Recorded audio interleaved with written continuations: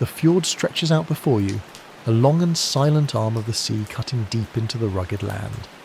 Its waters are calm this morning, reflecting the grey sky above like polished metal. On its banks, clustered together on a small rise above the tide line, stand the wooden walls of a Viking fishing village. These are not the grand halls of kings or jarls you may have heard about in sagas. These are the dwellings of ordinary men and women whose lives were measured not in battles fought or raids accomplished, but in the quiet persistence of survival. The houses are long but modest. Their walls are made from rough-hewn timbers, split and set upright into the soil. Gaps between the planks are stuffed with moss, wool scraps or clay, anything to keep the bitter wind from seeping in. Across their tops lies a roof of turf, cut in heavy squares from the ground and layered carefully. In spring and summer, grass grows over these roofs, blending the homes into the surrounding landscape so that from a distance they appear almost as part of the hill itself. This turf holds warmth, muffles the clatter of rain, and anchors the dwelling against storms rolling in from the sea. Inside, the light is dim. There are no windows as you might know them. Instead, smoke curls up from a central fire pit and escapes through a simple hole in the roof. The walls are darkened with soot. The floor is packed earth. Along the sides of the long room, wooden benches serve as both seats and sleeping places, covered with furs, woven blankets, or whatever the household can spare. To you it may feel austere, even bleak, but for the Viking family who lives here, it is shelter, safety, and the core of life itself. Each board in the walls has a story. Timber is not easy to come by in some parts of Norway, Denmark, or Iceland, especially near the open coasts where trees grow stunted by the salty winds. Families must plan carefully when building or repairing a house. Driftwood from the sea, carried across oceans, is gathered eagerly, each piece a gift of nature. The wood of a long-dead pine or oak, discovered half-buried near the fjord, might serve as a door beam or roof support. When a new house is raised, neighbours join together, each lending hands to carry logs, to lift beams, and to stamp the turf firmly into place. The construction itself is simple but enduring. The framework of posts is sunk deep into the earth, sometimes resting on flat stones to resist rot. Horizontal planks are slotted between them, the edges hacked with axes, not sawn smooth. The saws are rare and costly. Iron nails are used sparingly. They are valuable and time-consuming to make, requiring iron smelted from bog ore and worked by skilled blacksmiths. Instead, wooden pegs and careful joinery bind much of the house together. This frugality is not laziness, it is necessity. Iron must be saved for tools, knives, and weapons, items that determine survival itself. Once the walls rise, the roof becomes the heart of the work. Without it, the house is only a hollow shell. Rafters are laid, poles hauled up by ropes and muscle. Birch bark is placed beneath the turf, serving as a waterproof layer. Then the sod is cut and layered like heavy tiles, overlapping so rain and snow slide down its surface. In time, roots grow and knit the turf together, binding it into a living green covering. In summer, wildflowers bloom upon it, so that the roof itself hums with bees. Imagine the daily sounds inside. The crackle of a fire never fully dying. Even in summer, for warmth and cooking are constant needs. The creak of the timber when the wind pushes against the walls. The soft thud of footsteps as a child moves across the packed earth floor. The scratch of a woman's distaff as she spins wool into thread, seated on a bench beside the smoke hole. To live in such a house is to live within a rhythm both comforting and monotonous. The long hall is not merely shelter, it is memory. Generations pass through its doors. Here, infants are born and elders breathe their last. The benches lining the walls carry laughter, arguments, the silence of long winters, and the simple sounds of meals eaten together. A family's identity is not in wealth or titles, but in the endurance of its dwelling, and how well the roof holds back the storms and the fire warms its people. Outside, the placement of the houses reveals as much about life as the houses themselves. Villages form along the fjord because the sea is both lifeline and danger. The houses sit just above the reach of spring floods, close enough that boats can be pulled ashore quickly. Around the dwellings are sheds for storing tools and fish, small enclosures for sheep or goats, and piles of drying wood. Every scrap of material has its place, for waste is luxury no one can afford. Even the chips from wood carving are saved as kindling. and old ropes are unravelled to patch nets. The social order of the village is reflected in its buildings. At its centre, perhaps, stands a larger hall, home to the headman or the wealthiest family. Not a king, not a chieftain of legend, but simply a man who owns more cattle, more boats, or perhaps the respect of his peers. Around his hall cluster the smaller houses of families who share work, marriages and obligations. This is a world bound together not by written law or royal decree, but by practical needs. Who has timber to spare? Who can lend a hand in roof repair? Who will guard the villagers' boats while others are out fishing? When storms strike, the value of these turf-roofed homes is clear.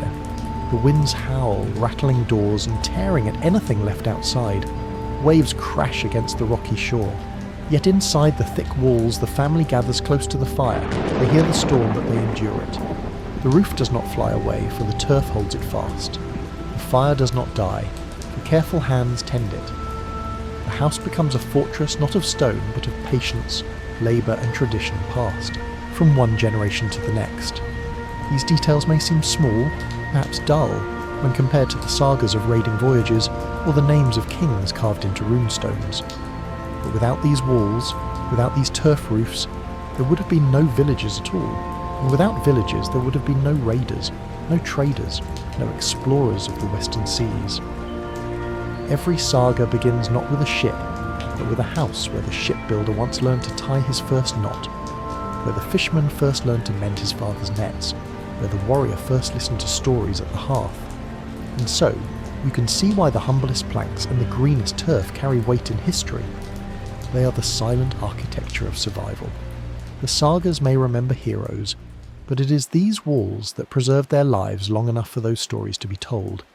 The question, then, is not whether these homes were important, but rather how many stories of ordinary families, whose roofs once bloomed with grass and flowers, have been forever lost beneath the soil of the fjord. If you step again into the longhouse, now with the rhythm of the day in progress, you begin to notice not just the walls and roofs, but the routines they contain. The timber walls stand steady, but they are not static. They creak when the frost contracts them in winter and expand in the summer's damp air. Families know these sounds so well that they can almost tell the weather without stepping outside. The roof, with its layers of turf, also changes through the seasons. In summer it grows lush with grass, adding a hint of green even when the surrounding fields have turned yellow. In winter, it bears the heavy load of snow, sometimes creaking under the weight, until men climb up with poles to push some of it down before the strain breaks the beams. Inside, the house is a living workshop. The benches along the walls are not only for sleeping, but also for crafting. A man may sit with a small knife, shaping a piece of driftwood into a spindle or spoon. Another day, the same man mends a broken oar, the smell of tar filling the air as he works to seal the cracks. A woman hums softly as her hands move steadily at the loom, the clack of wood against wood marking each turn. The weaving of wool is not quick work. A single garment can take weeks, even months, but it is as necessary as the nets used for fishing. Clothing must be warm, sturdy and replaceable, for the sea air and long winters wear everything down. The fire in the centre of the house never truly dies. It smoulders while people sleep, tended by whoever wakes during the night. Ashes saved, carefully pushed aside and used for making lye, which in turn is used for soap or for curing fish skins. Even what seems like waste is part of a cycle of survival. The smell of smoke is constant. It clings to clothes, to hair, to the beams overhead. For you, perhaps, it would be overwhelming, but for the villagers it is the scent of life. Without smoke, there would be cold, and cold means death. Meals revolve around the hearth as well. Pots of iron or clay rest over the flames, suspended by chains if the household is fortunate, or else balanced carefully on stones. Soups and stews are the common fare, simple mixtures of fish, cabbage, root vegetables, and whatever herbs could be dried in summer. Bread is coarse, often baked on flat stones, and flavoured with barley or oats rather than wheat, for wheat is rare and costly in the north. Occasionally on feast days a family may slaughter a sheep or pig, roasting the meat and preserving what remains in salt. Yet the daily meal is humble, repetitive, and filling. Outside the house, you notice the way materials are managed. Timber is scarce near the coast, so every piece is precious.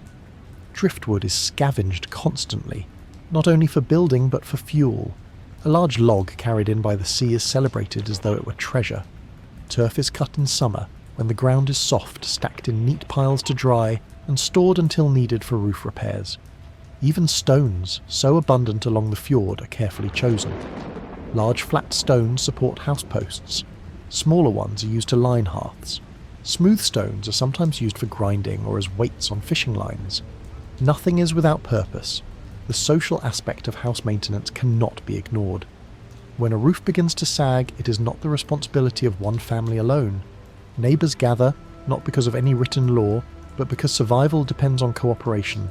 Men haul turf together, women bring food to those working, children run errands, carrying buckets of water or gathering moss for insulation. In this way, bonds are renewed as well as roofs. Every task reinforces the web of trust that holds the village together. It is also important to notice how these homes mark time. Generations add their layers. A son may inherit his father's house, repairing the same beams his grandfather once set in place. Sometimes the posts of an old house rot, and instead of rebuilding, a new one is raised nearby, but the old turf roof remains as a mound in the earth. These silent, grass-covered ruins are a reminder that families rise and fall, but the pattern of life remains unchanged. To walk along the fjord is to see not just the living village, but also its ghosts. The outlines of older homes, their stories buried in soil, their walls now feeding new grass for sheep. Within the long house, memories accumulate. Runes are carved into beams, perhaps only initials or marks of ownership, but they last long after the carver has gone. Scratches on the hearthstone reveal years of pots being dragged into place. Smoke stains in the rafters deepen each winter, layer upon layer of history written in soot. If these walls could speak, they would not tell of battles or voyages across the sea. They would tell of the small struggles, a mother rocking a sick child by the fire, a man sharpening a broken knife in silence, a girl threading wool through the loom for the 100th time. Even the turf itself carries memory. When cut, each sod is heavy, layered with roots that once fed grass and flowers. Laid on the roof, those same roots grow again, binding the soil to the house. In time, seeds carried by the wind plant themselves in the roof, so that wildflowers bloom above the family sleeping inside. Bees buzz overhead in summer, while the people below eat their soup and mend their nets, unaware that life above continues in its quiet cycle. But what about the winters? The question lingers in your mind as you sit by the dim light of the hearth. In summer, the walls and turf roof provide comfort, shelter, and even beauty. But in winter, when darkness lingers for months and the cold presses in, what happens then? Do the walls hold? Does the roof still keep its promise of warmth and safety when snow piles high and winds lash the fjord? The long winter comes, as it always does. For the villagers by the fjord, it is not a surprise but a certainty, anticipated the moment the first autumn leaves begin to fall. The timber walls and turf roofs that served so comfortably in summer now face their true test. Snow arrives quietly at first, dusting the green roofs like flour upon a baker's table. Then it deepens, piling heavier, until the weight threatens to press down the beams.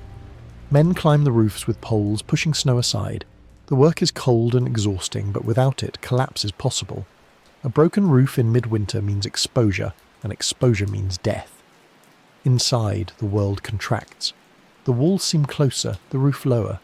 The fire must be kept burning day and night, fed with driftwood, peat, and dried branches stored through summer. Families huddle close. Space is limited, yet privacy is less important than warmth. Blankets and furs are shared. The benches where one sleeps at night are the same benches where meals are eaten, and tools repaired during the day. In these close quarters, life is measured not in days but in tasks. Spinning enough yarn, carving enough pegs, drying enough fish to last until the fjord thaws again. The walls themselves become witnesses to endurance. Their timbers dry in the constant heat, cracking slightly, releasing the faint smell of resin. Smoke continues to blacken the rafters. The turf roof drips slowly as ice melts around the smoke hole, creating a perpetual dampness. Buckets or bowls are placed to catch the droplets, then emptied again and again. These details may seem trivial, but in the slow rhythm of winter they become the fabric of survival. Listen carefully. and you can hear the house breathe. The crackle of fire is its heartbeat. The drip of water through the turf roof is its pulse. The sigh of wind pressing against the timbers is its voice. The longhouse is not only a shelter, it is an organism, alive with the family inside, alive with the seasons it endures. Without it, there is only cold earth and empty sky. Illness is a constant threat. With so many people gathered in one smoky room, coughs spread quickly. Herbs stored from summer, dried juniper, angelica, yarrow, are brewed into teas, though their strength is uncertain. Sometimes they soothe, sometimes they do nothing. The timber walls listen silently as a child struggles through fever or an elder slips away into the long night. Death is not uncommon, but the house absorbs it, just as it absorbs laughter, song and silence. Spring eventually returns, though it is slow and reluctant. The snow softens, dripping from the roof in steady streams. The turf awakens, sprouting new shoots of green. The timbers swell again with dampness, creaking as though stretching after long sleep. The doors are thrown open, smoke clears, and the first fresh air in months fills the hall. Repairs begin immediately. Roofs must be checked, turf replaced where roots have loosened. Walls must be braced if frost has shifted their foundations. Each winter leaves its mark, but the house survives, as does the family within. These turf-roofed homes endure for decades, sometimes centuries, but not forever. Eventually, posts rot, roofs sag, and the effort to repair outweighs the effort to build anew. When this happens, the family moves slightly inland or further along the fjord, raising new walls, cutting new turf. The old house collapses slowly, its beams sinking into the soil, its roof merging with the grass around it. To the passing eye, it becomes just another mound on the hillside, yet beneath that mound lies history, the soot of countless fires, the bones of meals eaten long ago, the broken tools left behind when they were no longer useful. Archaeologists centuries later would find these remains, piecing together the lives of families who never dreamed of being remembered. What strikes you most, perhaps, is how ordinary these details are. No great battles were fought within these walls, no kings dined under these roofs. Yet without them, there would have been no voyages to distant lands, no exploration of Iceland or Greenland, no sagas to be sung. The stability of ordinary homes allowed extraordinary events to occur. The timber walls and turf roofs made everything else possible. Today, in some parts of Scandinavia, turf-roofed houses still exist. They are admired for their rustic charm, their ecological efficiency, their quiet beauty. Tourists photograph them, marvelling at their green roofs dotted with flowers. Few pause to consider what those roofs once meant, not decoration, but survival. Few imagine the smell of constant smoke, the drip of melting ice, the endless routine of tending fire and repairing beams. Yet in those details lies the truth of Viking life, not the glamour of raids, but the patience of living through another winter by the fjord. And so, as you stand outside one of these ancient mounds, perhaps softened by centuries of grass and rain, you might ask yourself, how many families lived and died beneath this roof? How many generations knew its walls as home? And of all their stories, how many have been lost to silence, buried as deeply as the timbers themselves beneath the soil of time?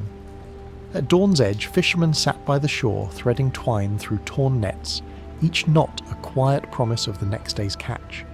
The fjord lies still in the early morning, its surface grey and unbroken except for the faint ripple of fish beneath. Along its rocky shoreline, the village stirs to life.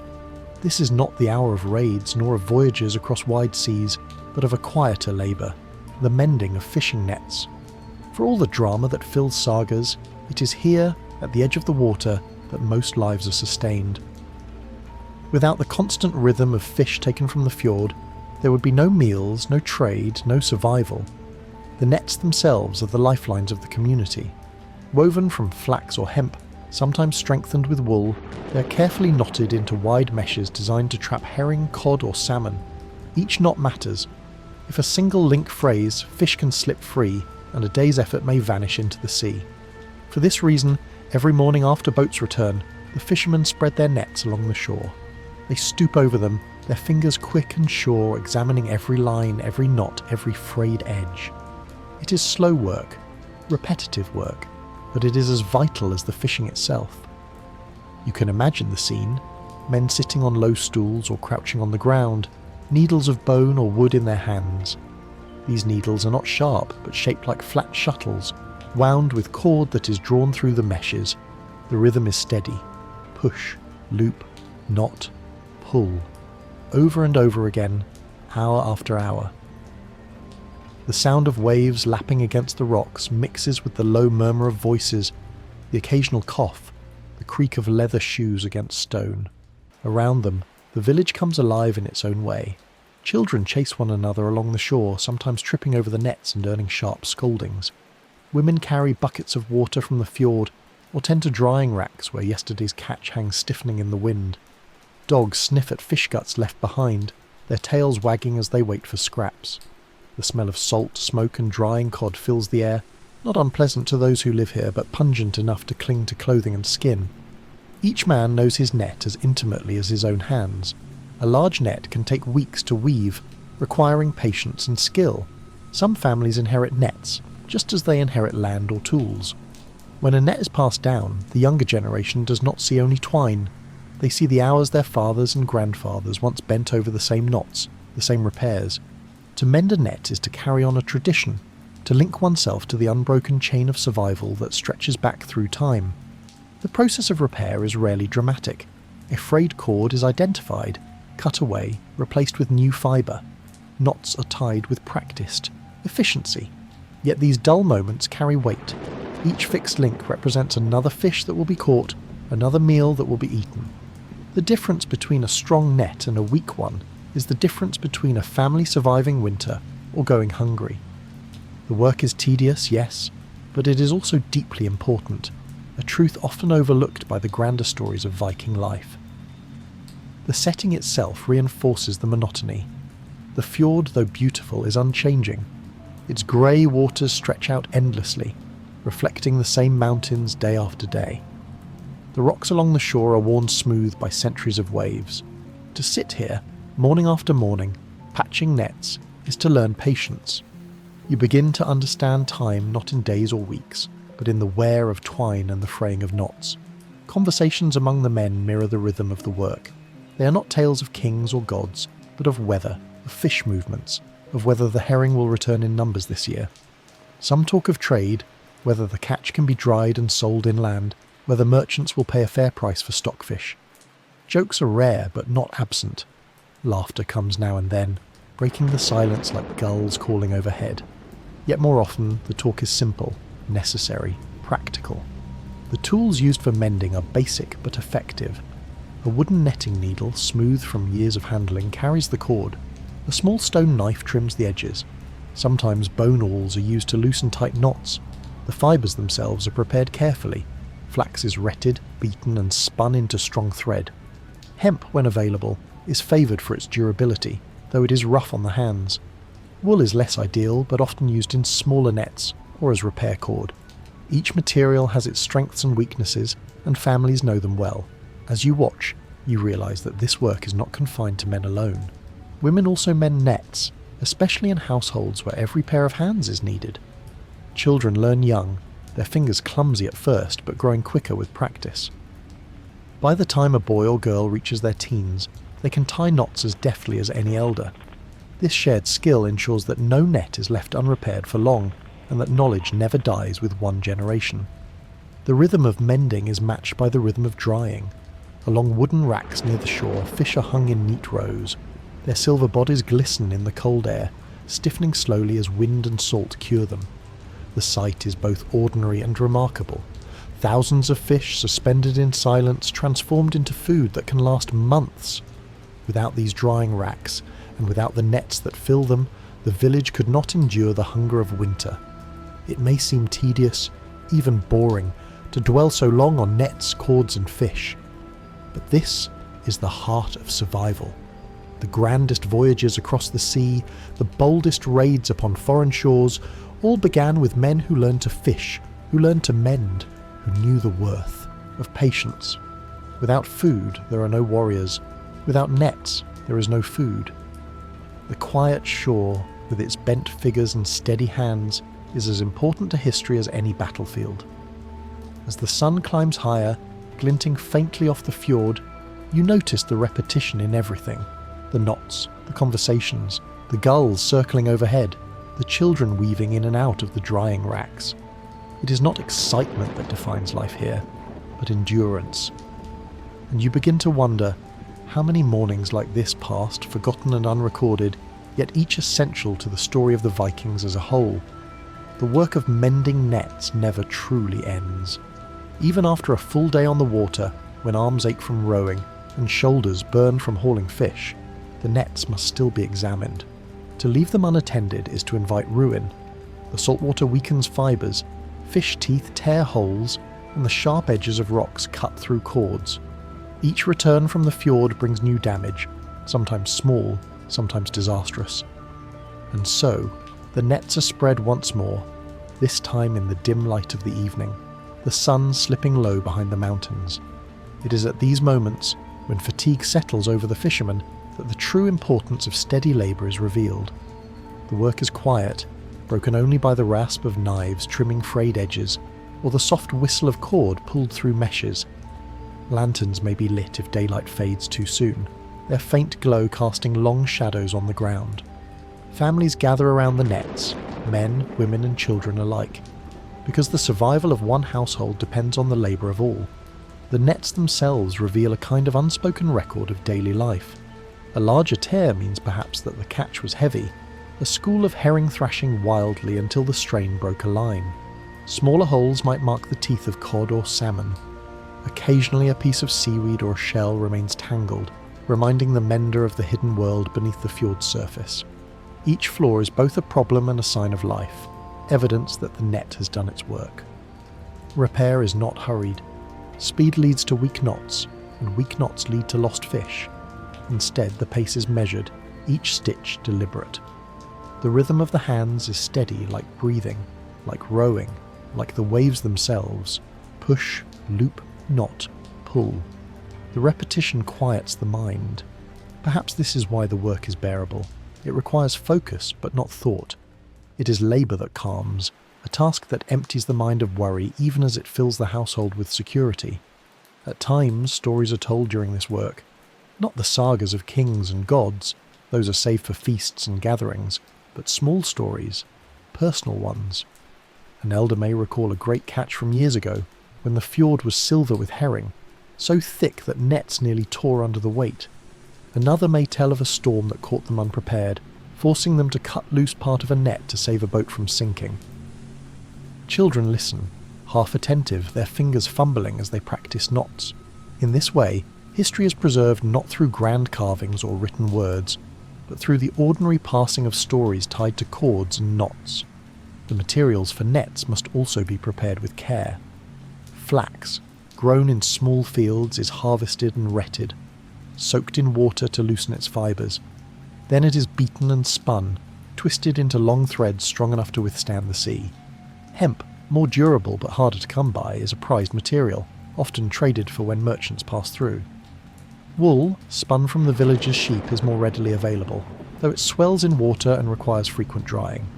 Each type of fibre demands its own method of preparation, each an additional layer of labour before the net is even made. When a new net is needed, the work is communal. One person may knot the mesh while another winds cord on needles. Children assist by holding the growing net taut or fetching tools. It can take days to finish, but once complete, it is celebrated quietly. A new net is not a treasure to be admired, but a tool to be trusted. Its value lies in its use, in the silent promise that it will bring fish, and with fish, survival. The sea does not always reward the effort. Some days the boats return nearly empty, the nets bearing little more than seaweed. On such days the disappointment is clear but not spoken aloud. The nets are mended just the same because tomorrow may be different. To stop mending because of a poor catch would be folly. The fjord gives and takes at its own rhythm, and no one can command it. Patience is the only answer. Trade routes depend on these nets as well. The cod caught in them, once dried into stockfish, is carried inland, sometimes hundreds of kilometres, reaching markets where grain or iron can be obtained in return. The quiet work of knotting cords on the shore echoes far beyond the fjord, feeding trade networks that stretch across Europe. Yet those who do the work rarely see its larger impact. For them, it is simply the daily task, one knot at a time, one net after another, as their fathers and mothers did before them. It is easy to overlook this labour, to imagine that Viking life was defined by swords and sails, by raiding and conquest. But here, by the shore, you see the truth. The greatest victories were not won abroad but at home, against hunger, against winter, against the sea's indifference. Nets, more than swords, kept the community alive. Nets, more than shields, determined whether families thrived or starved. And every knot tied along this shore is a reminder of that truth. As night deepens and the final knots are tied, the nets are coiled neatly and stored. The families rise, stretching stiff backs, and carry their tools inside. Tomorrow will bring another day of fishing, another day of mending. The cycle never ends. And as you watch the dark fjord under the pale moon, you cannot help but wonder, how many thousands of knots were tied here? How many hands bent over these cords? How many lives secured by such humble, unseen labour?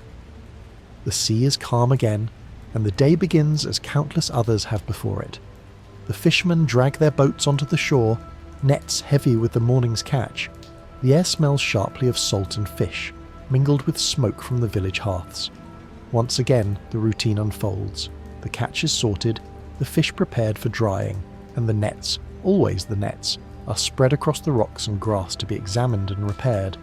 By now you understand that this pattern is not a temporary burden, but the very shape of life. For every season, every year, the nets bind the community to the fjord. Without them there is no food, no trade, no survival. They are the invisible backbone of the village, more important than weapons, more enduring than boats. Boats may sink and weapons may rust, but nets are always remade, always repaired, always stretched out beneath calloused hands. Winter presents the greatest challenge. Ice forms along the shore, and the fjord itself sometimes freezes near its edges. Fishing becomes dangerous, limited to rare days when the water is open enough for boats. Nets stiffen in the cold, fibres snapping if handled carelessly. Repairs are done indoors by the fire, the longhouse filled with the smell of damp cord and fish oil used to keep fibres supple. The rhythm continues even here. Push, loop, knot, pull. The same pattern, repeated endlessly, indifferent to the season outside. In these long months, the dried stockfish hanging from racks becomes the measure of survival. Every fish preserved in summer and autumn owes its presence to the mended net. A gap not repaired months earlier might now mean hunger. The link between yesterday's patience and today's meal is direct, undeniable.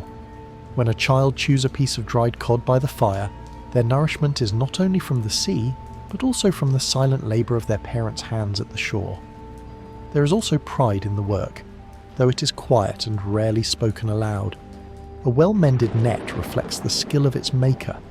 Knots that hold firm against the thrashing of fish, cords that endure through storm and salt. These are marks of competence, of reliability.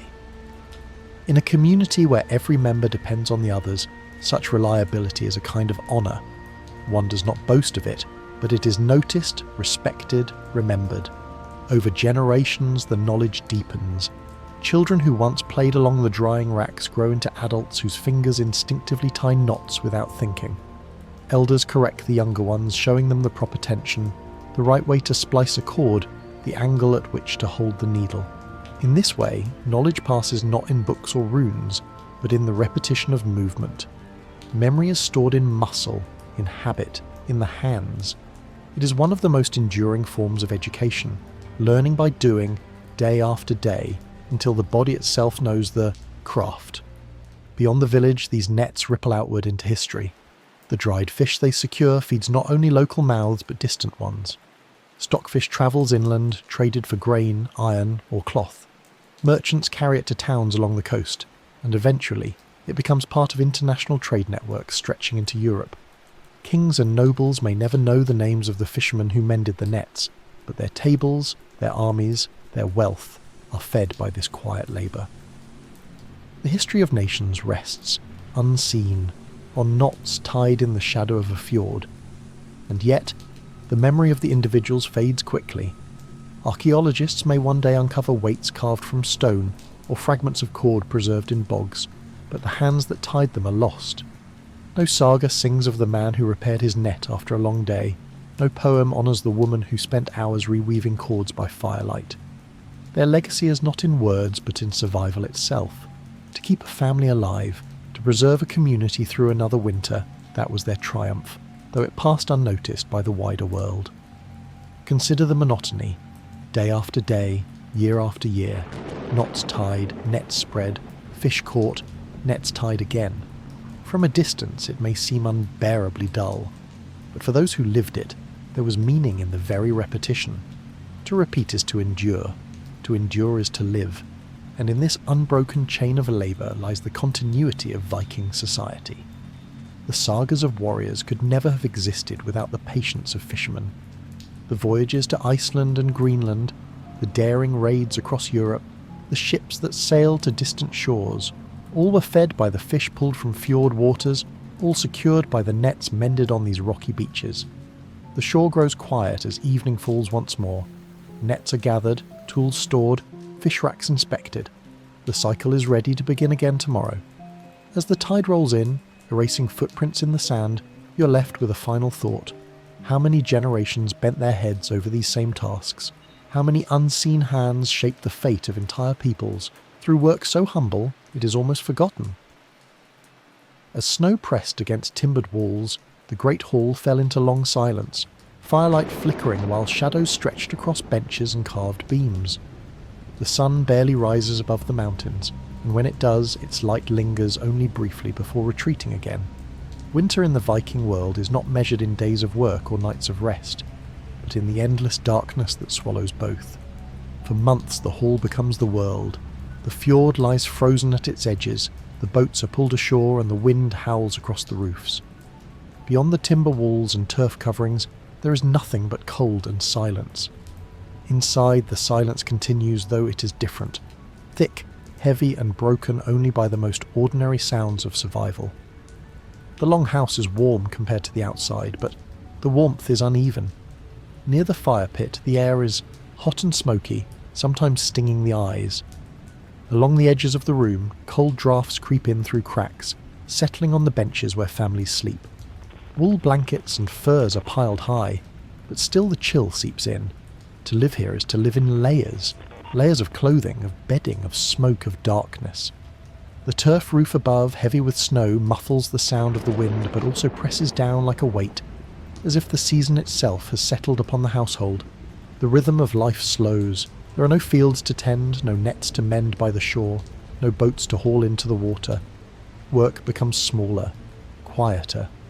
Women spin wool into thread, their distaffs creaking faintly in the dim light. Men sharpen tools, repair wooden handles, carve spoons or bowls. Children sit nearby, sometimes helping, sometimes playing with scraps of wood or bone. The silence of the hall is not the silence of idleness, but of muted persistence. Every task is done with care, because time stretches endlessly, and each act of preparation might mean the difference between hardship and ease when spring returns. Food is simple, repetitive, and dictated by what has been preserved.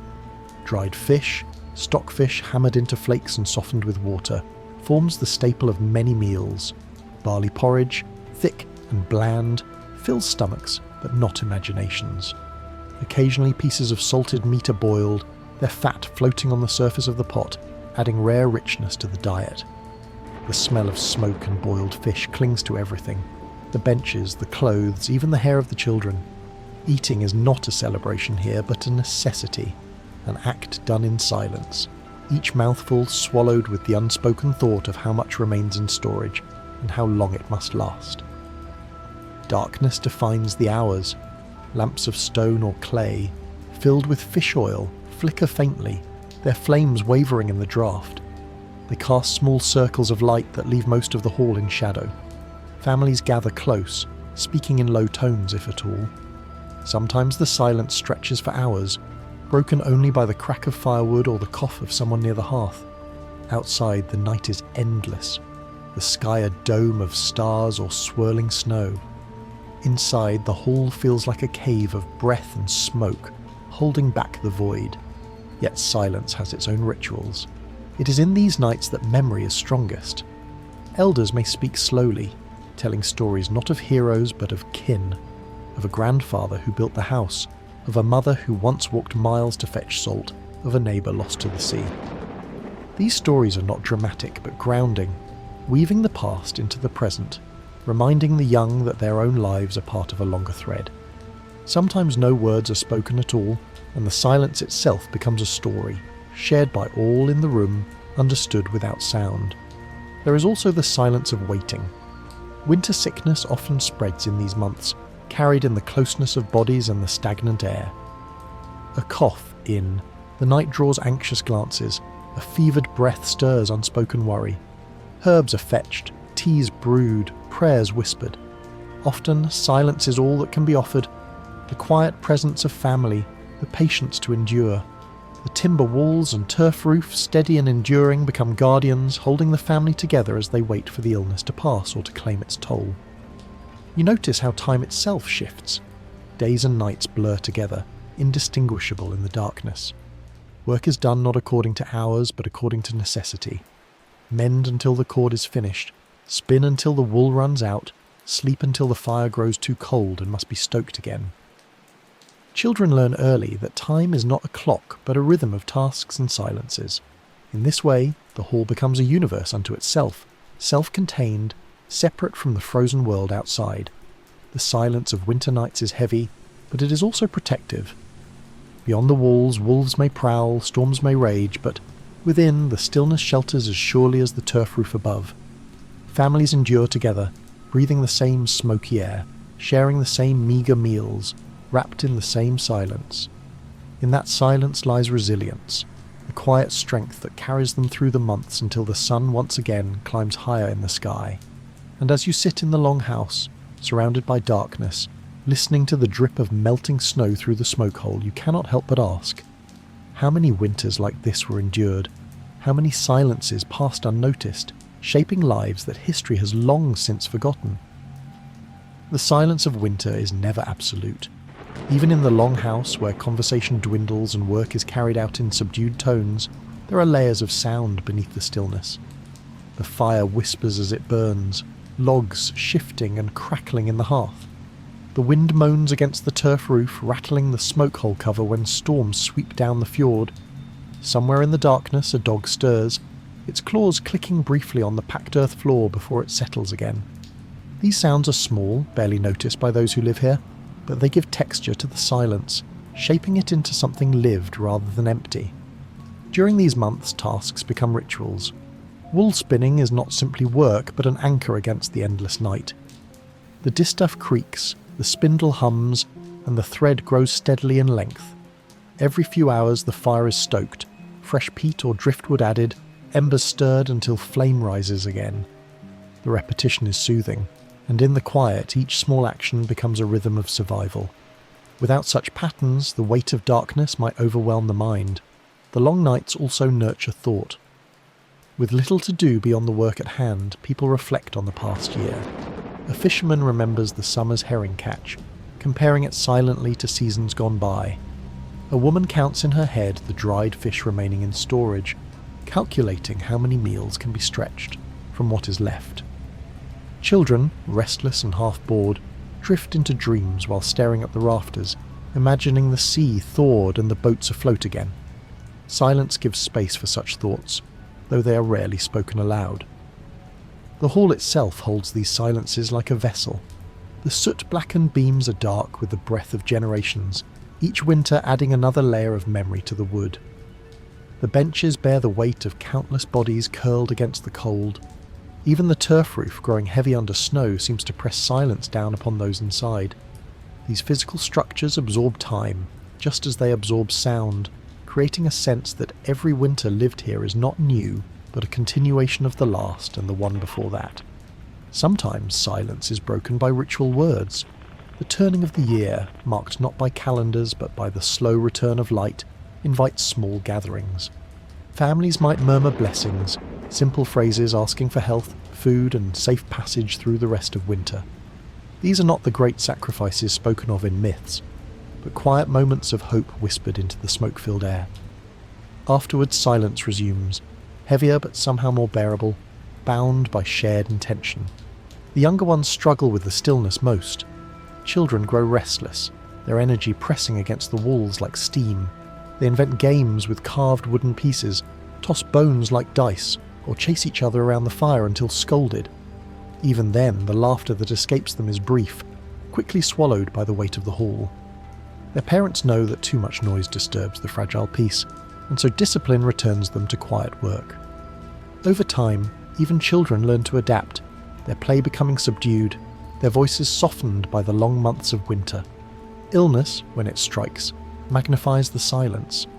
The rattle of a cough, the wheeze of laboured breathing, the whispered instructions of a mother tending her child, all feel louder in contrast to the usual stillness. If death comes, the silence afterward is heavier still, pressing upon the household with a force that no words can soften. The hall absorbs this too, becoming a place not only of endurance but of remembrance. In the following winters that silence lingers, recalled by those who survived, as if the walls themselves remember what was lost within them. Yet silence is not only burden, it is also a kind of teacher. In it people learn patience, restraint, and attentiveness. The creak of a timber tells them the snow is heavy on the roof, the shift of the wind warns of a storm outside, the crackle of the fire signals whether it will last through the night or require more fuel. Without silence, such signs might be missed. With it, life sharpens into awareness of the smallest details, details that mean survival. Outside, the land itself mirrors this silence. Snow lies thick across the fields and hills, muffling all sound. The fjord is still, its surface dark and unmoving. Trees stand brittle and bare, their branches heavy with frost. Travellers are few in these months, and villages are isolated, each bound to its own stores, its own silence. The world contracts, and the long house becomes the centre of existence, a single island of warmth in a sea of winter. This life is not dramatic, nor is it celebrated in sagas. It is monotonous, repetitive, and largely forgotten by history. Yet without it, nothing else could have existed. The silence of winter nights was the foundation upon which the louder moments of Viking life, voyages, battles, discoveries were built. Without enduring these months, without surviving through the darkness, there could be no spring, no harvest, no future. And so you sit within the hall surrounded by people who say little, listening to the fire's faint whisper and the steady drop of melted snow through the smoke hole. You realise the question is not how they endured such silence, but what the silence taught them and how it shaped the rhythm of their lives long after the winter had passed. As winter deepens, the silence of the long house becomes a presence in itself, almost like another member of the family. It shapes thoughts, tempers emotions, and weighs upon the body. Yet as the weeks pass, the silence is no longer strange. It becomes familiar, woven into the fabric of daily life as firmly as wool into cloth. What once seemed oppressive is now expected, even necessary. To break it too often would feel unnatural, like disturbing the flow of the season itself. Still, the silence carries its own stories. On nights when the sky clears, faint light seeps through the smoke hole, and those awake notice the stars blazing with sharp intensity. The soundlessness of the hall mirrors the vast quiet outside, where snow blankets the earth and the fjord sleeps under ice. The people inside feel their smallness, their fragility, and yet also their endurance. To outlast the silence is to claim a place in the endless rhythm of the world. The longhouse continues its slow life. Fires attended, meals cooked, wool spun, wood carved. At intervals, someone sings softly, a low tune that drifts through this hall like smoke, soothing but never shattering the quiet. Sometimes prayers are whispered, offerings of words rather than goods, asking the gods or spirits for strength. These too dissolve back into silence, as if the very air absorbs them. The hall becomes a container of sound and stillness alike, both shaping and holding the lives within. For the elders, silence is memory. Each winter reminds them of earlier ones, of times when food was shorter, when storms were harsher, when loved ones were lost. They see in the present season echoes of the past. Their silence is not emptiness but reflection, weighted with years of endurance. For the young, silence is education.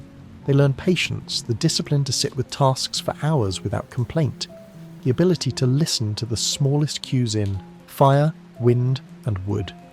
These lessons, though rarely acknowledged, shape them more deeply than words ever could. When sickness strikes, silence deepens further. The hall becomes heavy with it, broken only by the sound of a cough or a restless sigh. Families tend the ill with quiet devotion, watching, waiting, hoping. Sometimes recovery brings relief that spreads through the hall like warmth.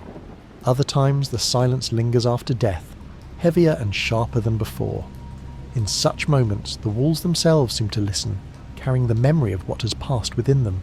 Each winter leaves its mark not only on the bodies of those who live through it, but on the very timbers of the house. As spring approaches, change is felt first in the silence. It softens, grows thinner. The nights are still long, but the light lingers a little more each day. Birds begin to call faintly outside, their sounds slipping through the smoke hole like hints of another world. Snow on the roof melts, dripping steadily into buckets. These small noises are welcomed, breaking the long monotony without shattering it. They remind the household that winter is not forever, that silence is only a season. When the first true thaw comes, the hall opens once more. Doors are left ajar, fresh air rushes in, and the silence disperses like mist under sunlight. The fjord stirs, waters dark and restless, fish moving again in its depths. The boats are dragged back to the shore. Nets are unfolded, patched and prepared. Work resumes, loud and demanding compared to the stillness of the months just past. Yet the memory of silence remains, carried in the rhythm of hands, in the patience of movements, in the understanding that endurance is born not only of strength, but of stillness. To us, centuries later, such silence is invisible. The sagas that survive tell of voyages, raids, and great battles. They name kings and heroes, gods and monsters. They do not linger on the quiet nights when a family huddled together in a longhouse, saying little, listening to the fire and waiting for spring. Yet those forgotten silences are what made the sagas possible. Without the patience of winter, without the discipline learned in stillness, there could have been no energy for voyages, no resilience for conquest, no endurance for survival. And so you're left with this reflection. The silence of winter nights in the hall was not emptiness. It was fullness of another kind, full of patience, memory and quiet strength. It shaped generations, hardened communities, and gave depth to a culture we often remember only for its noise and violence. In truth, it was the silence, just as much as the clamour of battle, that made the Vikings who they were. In smoky kitchens, iron cauldrons hung low above glowing embers, fish stew simmering slowly as its scent drifted through timbered halls and stone walls. The heart of every Viking home was not its walls or roof, but its hearth. In the centre of the long house, surrounded by benches and cloaked in smoke, the fire pit glowed steadily day and night. It provided warmth, light, and a place to cook. Without it, survival would have been impossible.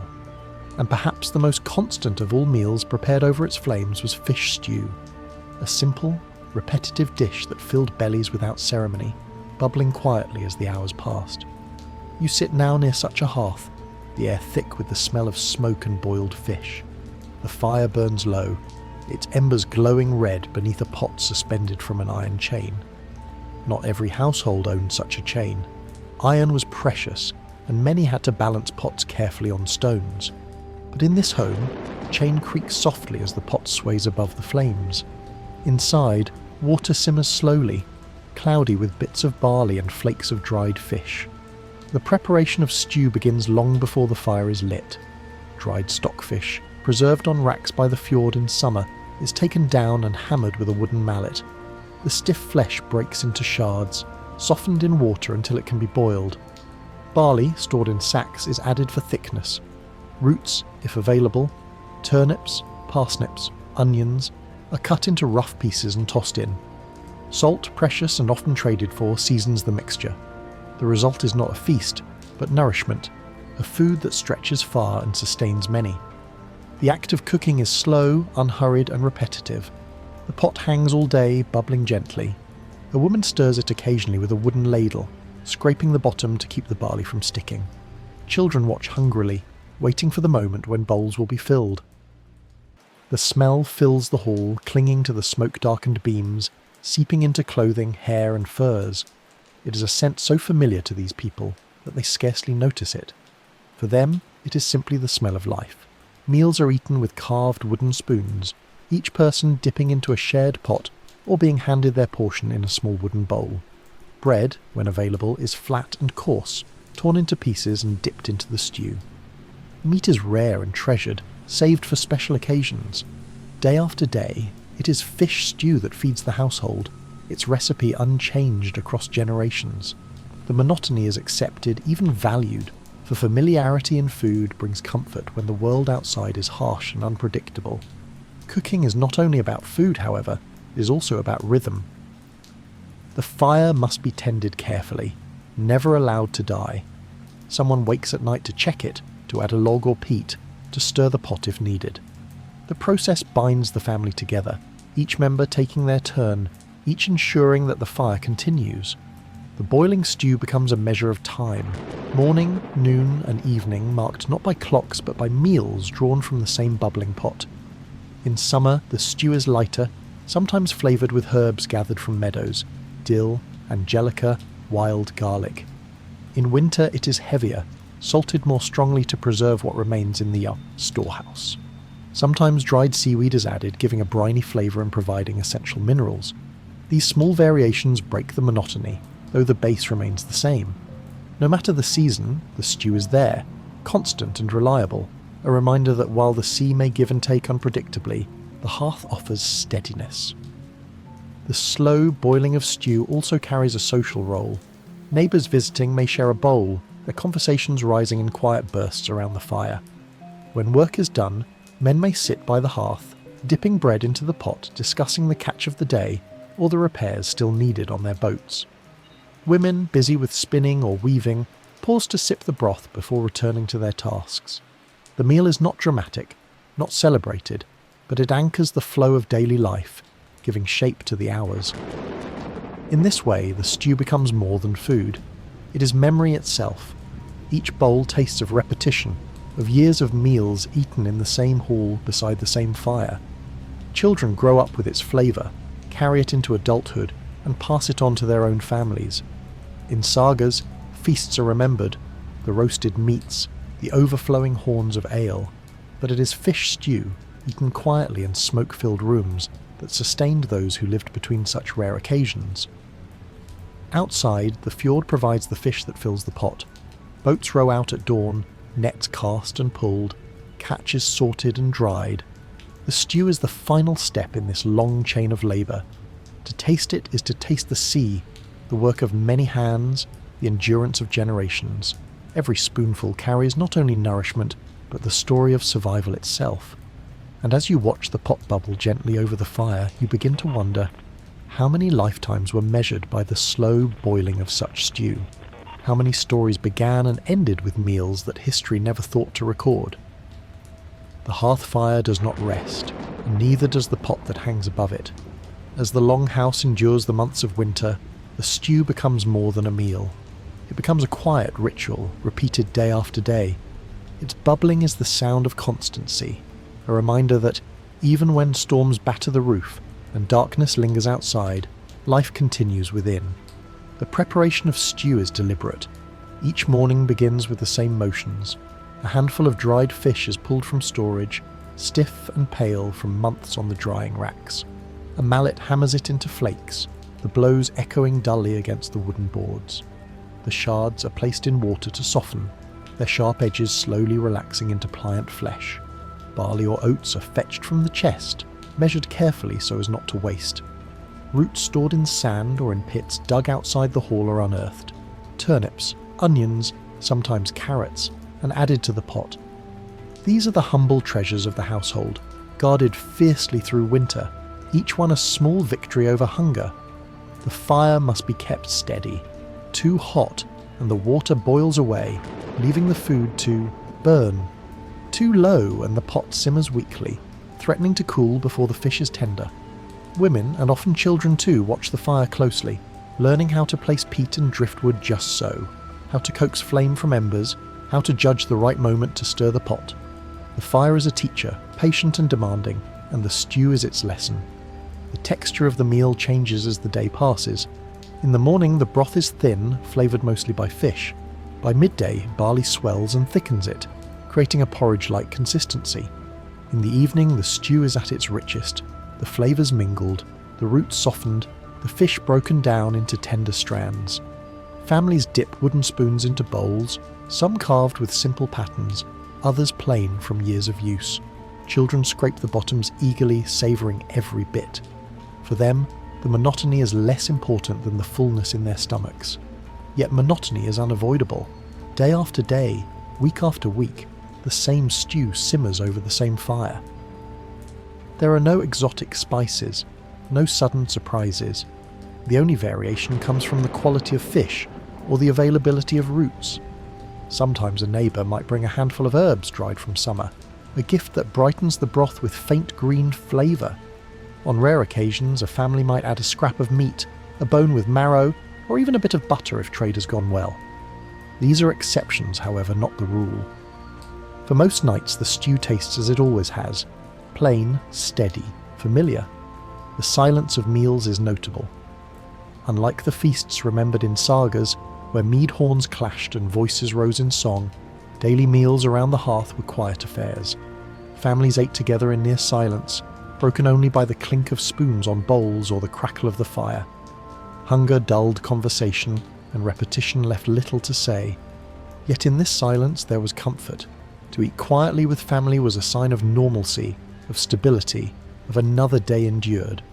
The pot itself becomes a kind of relic.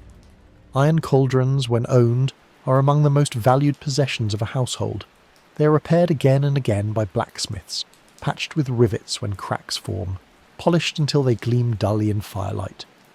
Some are handed down through generations, their surfaces carrying the marks of decades of use. In poorer homes, clay or soapstone pots serve instead, more fragile but equally treasured. Whatever its form, the pot is indispensable. Without it, the daily ritual of stew could not continue, and the hearth would lose its anchor. Cooking is not only women's work, though they bear much of the burden. Men too tend the fire when needed, stirring the stew or adding fuel.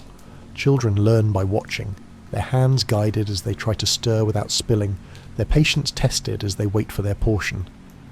In this way, cooking becomes communal, not a task for one, but a rhythm for all. Every member of the household understands the importance of the stew, because every member depends upon it. The smell of stew is inescapable. It lingers in clothing, seeps into furs, clings to hair. Visitors to the hall carry it with them when they leave, a faint reminder of smoke and fish that follows them down the path. To outsiders, the odour may seem overwhelming, but to those who live here, it is invisible, simply the smell of home.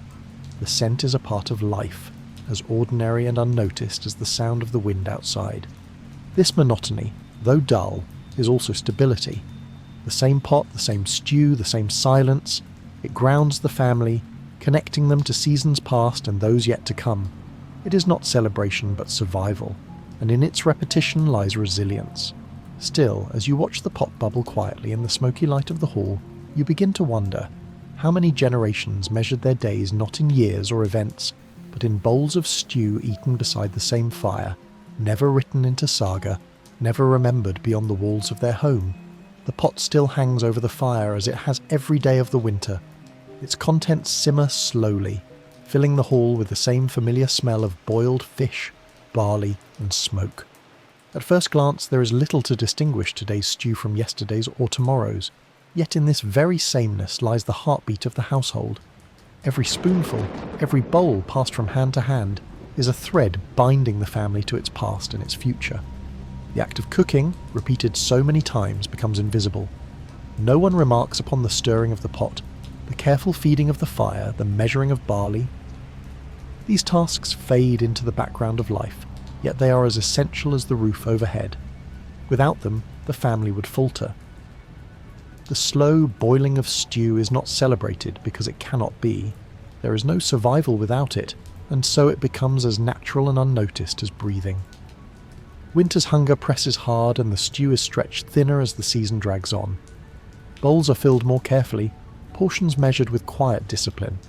Children sometimes look disappointed at their servings, but they do not complain. They learn early that the stew must last, that the measure of today determines the meals of tomorrow. Mothers scrape every bit from the pot. Fathers chew patiently, and all understand that waste is unthinkable. Hunger teaches silence just as surely as the long nights do. When the stores run low, substitutions are made. Seaweed dried in summer may be added, its briny flavour altering the taste. Bones are boiled again and again until they give up the last of their marrow. Even the water from rinsing bowls is sometimes poured back into the pot, to stretch its contents just a little further. These choices are not signs of weakness, but of endurance, of the determination to carry the household through until spring. The fire itself becomes symbolic. As long as it burns, the stew can continue. Families guard it fiercely, never allowing it to die. If embers fade too low, a new flame is struck from flint and steel, but such lapses are rare. The fire is the soul of the house, and the pot above it is its body. To lose either is to invite disaster. In the monotony of these meals, memory forms. A child grows up recalling the flavour of barley mixed with fish, the smell of smoke in every bite. For them, this is not poverty or hardship, but normal life. When they grow older, when they tend their own hearths, they will repeat the same motions, boil the same stews, pass on the same flavours. The repetition becomes tradition, and tradition becomes culture. Even the dullest details carry weight when repeated across centuries. Occasionally, the silence of eating is broken by conversation. Not grand tales, but murmured observations. How many sacks of barley remain, how the stockfish is holding up, whether the driftwood pile will last until the thaw. These words are practical, measured, spoken without drama. Yet they are as important as any saga, for they decide the rhythm of survival. To discuss stew is to discuss life itself. Outside, the fjord lies frozen at its edges. The racks that once held drying fish stand empty, waiting for the return of summer. Boats sit useless on the shore, covered with snow. Inside, the pot continues to bubble, defying the season. It is a small act, almost invisible, yet it resists the cold as effectively as any shield. The stew is not grand, but it is stubborn, and in that stubbornness lies strength. When spring finally arrives, the pot changes character. Fresh fish are added, no longer dried but caught that very day. Herbs sprout again in meadows and their leaves bring new flavour. Roots return to the diet, crisp and bright after months of storage. For a few weeks the stew tastes different, lighter, fresher, more alive. Yet soon the cycle begins again. Fish are dried, barley stored, roots buried, and the pot returns to its steady, repetitive simmer. The taste of spring is fleeting, but the taste of survival endures. From our distance in time, it is easy to forget these meals.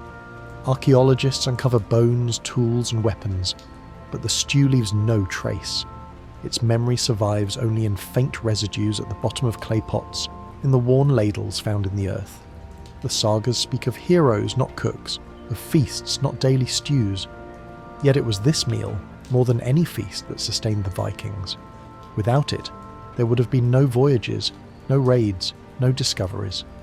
The slow boiling of stew over the hearth fire was the unseen foundation of every other story. And so, you're left with this thought.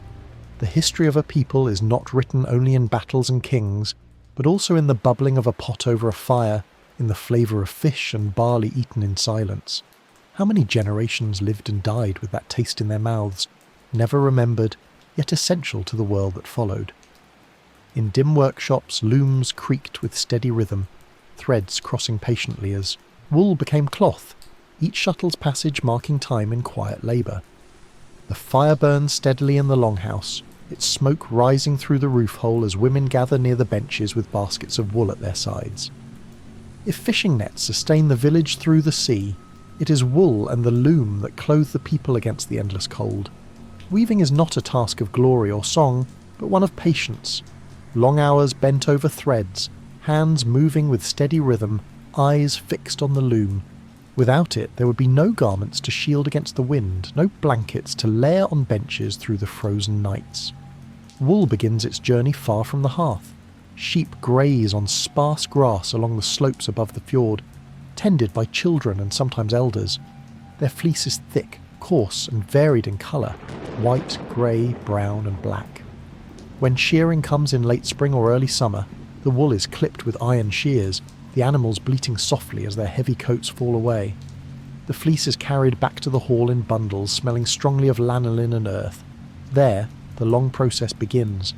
First, the wool must be cleaned. Dirt, burrs and bits of grass are picked out by hand. Then the fleece is washed, often in cold water, sometimes with ash or lye to cut through the grease. After drying in the open air, it is carded with wooden combs, the fibres teased apart into fluffy workable strands. This is slow work, often done by girls while sitting by the fire, their laps covered with wool, their fingers nimble from practice. Spinning follows. A distaff holds the prepared fibres, while a spindle, a simple wooden stick weighted with a whirl of clay or stone, twists the wool into thread. The spinner draws the fibres out carefully, twisting them into even thickness, then winding the growing thread onto the spindle. Hours pass in this quiet labour, the faint hum of spinning filling the hall. It is repetitive, but each spindle of yarn is a small victory, another step toward clothing that will keep the family alive. Once enough thread is spun, weaving begins. The loom stands upright, a frame of wooden posts set against the wall of the hall. Heavy stones hang from the bottom of the warp threads, keeping them taut. Women stand before it for hours, passing the weft thread back and forth with a shuttle, beating it down firmly with a sword-shaped beater. The sound becomes familiar. The swish of the shuttle, the thud of the beater, the creak of the loom. It is the music of patience, the rhythm of survival. The work is exacting. A mistaken tension, a broken thread, or a misaligned row can weaken the fabric. Weavers must remain focused, even as the hours stretch into days. The fabric grows slowly, a few centimetres at a time, yet every inch carries the promise of warmth. The cloth that emerges is thick and strong, often woven in simple patterns, checks, stripes, or plain weaves. Bright colours are rare, for dyeing requires plants, time, and sometimes trade. More often, the fabric reflects the natural hues of the sheep, muted browns, soft greys, and creamy whites. Garments made from this cloth are practical, not fashionable. Tunics, cloaks, and trousers are cut and sewn with bone needles, their seams stitched carefully with the same woolen thread. Cloaks are fastened with brooches, sometimes plain, sometimes decorated if the household can afford such things. Blankets and coverings are layered thickly on benches. Every thread represents hours of work, and so garments are mended repeatedly, patched until the fabric can hold no more. Nothing is wasted. Weaving is not only women's work, though women carry the greater share. Men understand the skill, children learn from an early age, and in households where labour is short, everyone participates. It is not a task of pride or distinction, but of necessity, a shared responsibility, as essential as tending the nets or hauling driftwood. The hall itself bears the signs of weaving. Baskets of wool sit by the benches, spindles lie scattered near the fire. The loom stands always against the wall, threads in various stages of completion. The smell of wool mingles with that of smoke and stew, creating an atmosphere both ordinary and essential. For those who live here, the loom is as much a part of the hall as the hearth itself. Silence often accompanies the work, broken only by the steady sounds of spinning and weaving. Yet within that silence, thoughts wander. A mother weaving may recall her own childhood, standing at the loom beside her mother. A girl spinning may imagine her future, preparing the thread that will one day clothe her children. The patience of the loom is not only in its labour, but in the way it shapes lives, binding generations together through the shared rhythm of threads. The outside world rarely notices such work. No saga praises the woman who wove a cloak that kept a child from freezing. No rune stone honours the spinner whose yarn wrapped the feet of a fisherman rowing out before dawn. Yet without them, the stories of warriors and kings could not exist. A cloak against the wind, a blanket against the snow. These were as vital as swords and shields, though history seldom records their making. And so, you watch the loom, its threads growing row by row, the fabric inching forward in silence. You see the patience it demands, the repetition it requires, the life it sustains. And you cannot help but ask, how many countless hours, How many unremembered hands were spent before the loom, weaving the very survival of a people who would be remembered only for their louder deeds. The loom stands tall against the wall of the longhouse, its wooden frame darkened by smoke, its hanging stones swaying gently when someone passes by. The warp threads stretch downward, taut and silent, waiting for the weft to pass through them. Day after day the weaver returns, her hands repeating the same motions. Lift, pass, beat, lift, pass, beat. The rhythm becomes so ingrained that her body moves almost without thought. This is the nature of weaving, slow, patient and repetitive, an art that consumes hours yet produces only inches of cloth. Children grow up alongside this rhythm. They play at the edges of the hall, listening without realizing how deeply the sound of the loom sinks into their memory. When they are older, they take their place beside the weaver, first holding threads, then learning to spin, eventually passing the shuttle themselves. The loom is not only a tool but a school, teaching patience more thoroughly than any words could. The cloth produced is never wasted. Each piece has a purpose long before it is finished. A heavy cloak to block the icy wind on fishing boats, a tunic to layer under furs in winter, a blanket to cover children sleeping on the benches by the fire. Even strips of fabric too narrow for clothing are used as bindings, wrappings, or patchwork. Nothing is discarded. The effort behind every thread is too great to permit carelessness.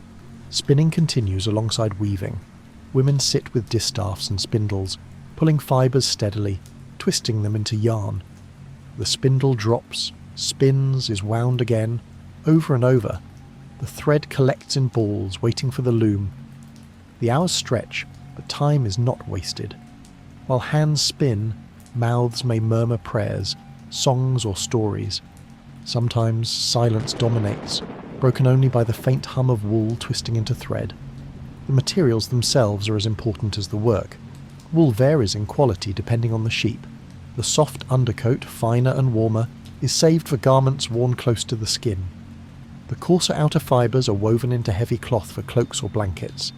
Sorting the wool requires an experienced hand, one that can feel the difference with a touch.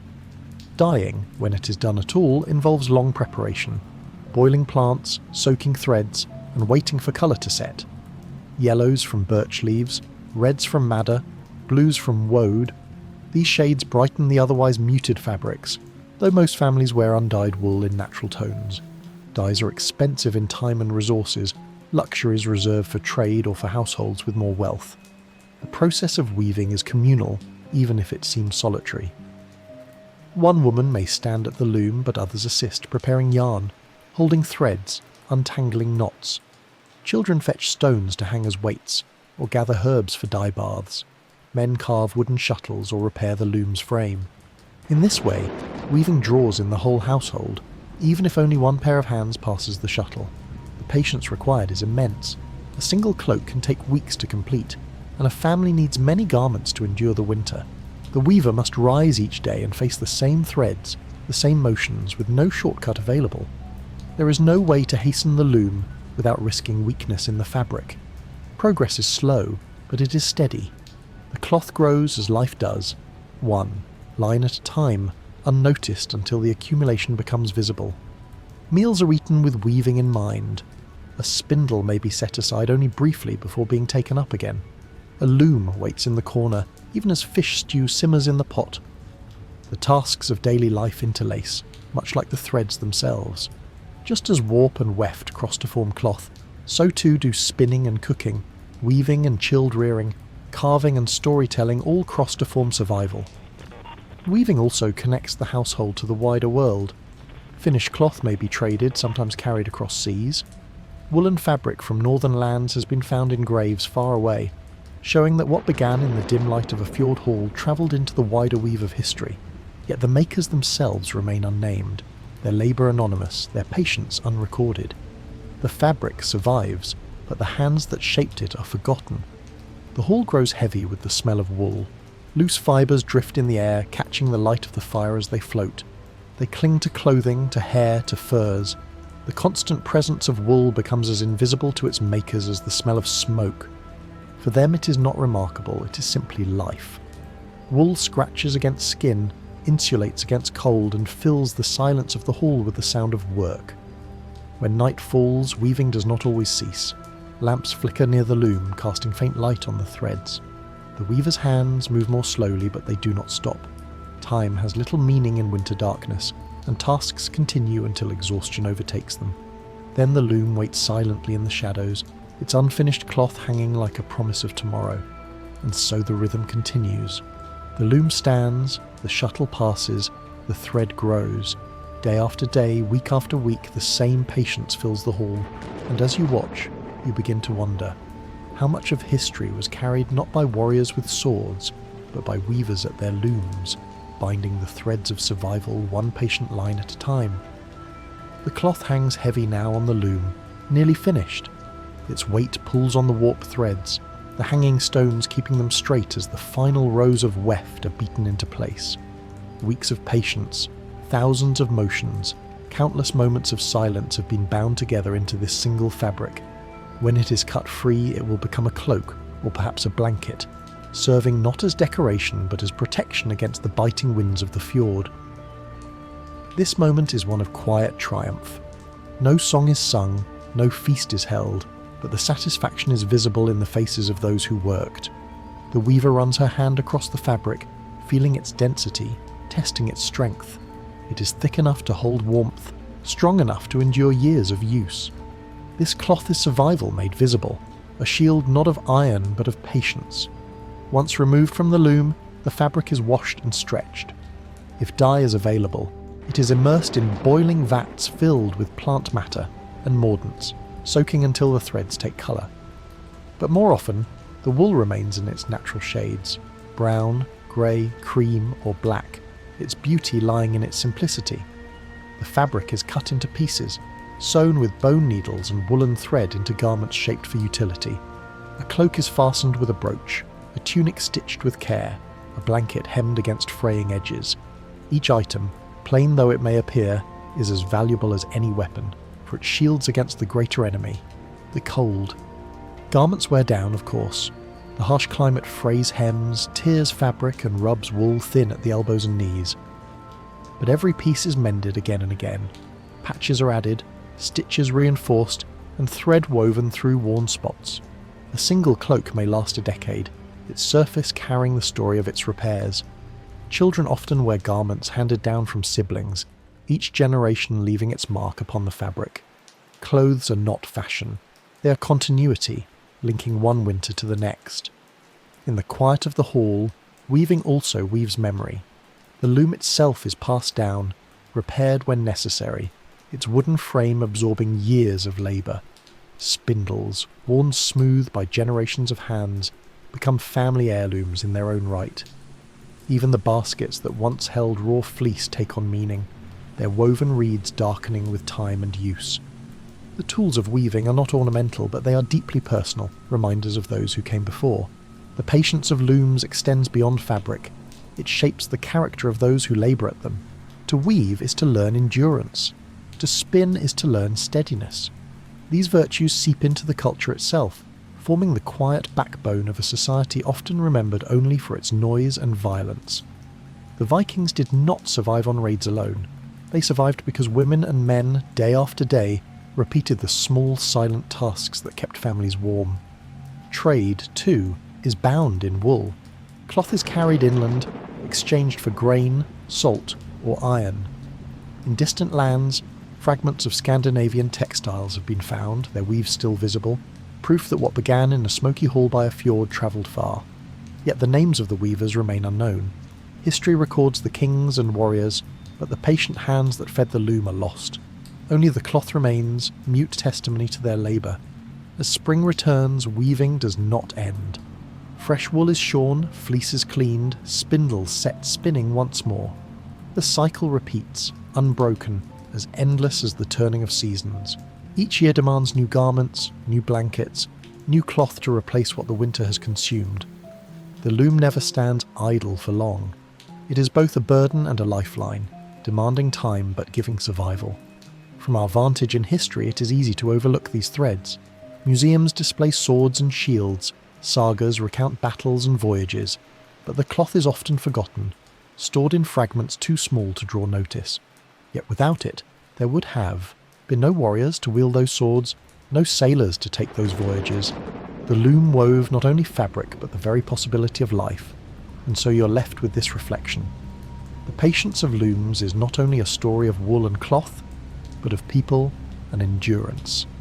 The fabric they produced wrapped generations in warmth, carried across seas in trade, and endured long after the hands that wove it were gone.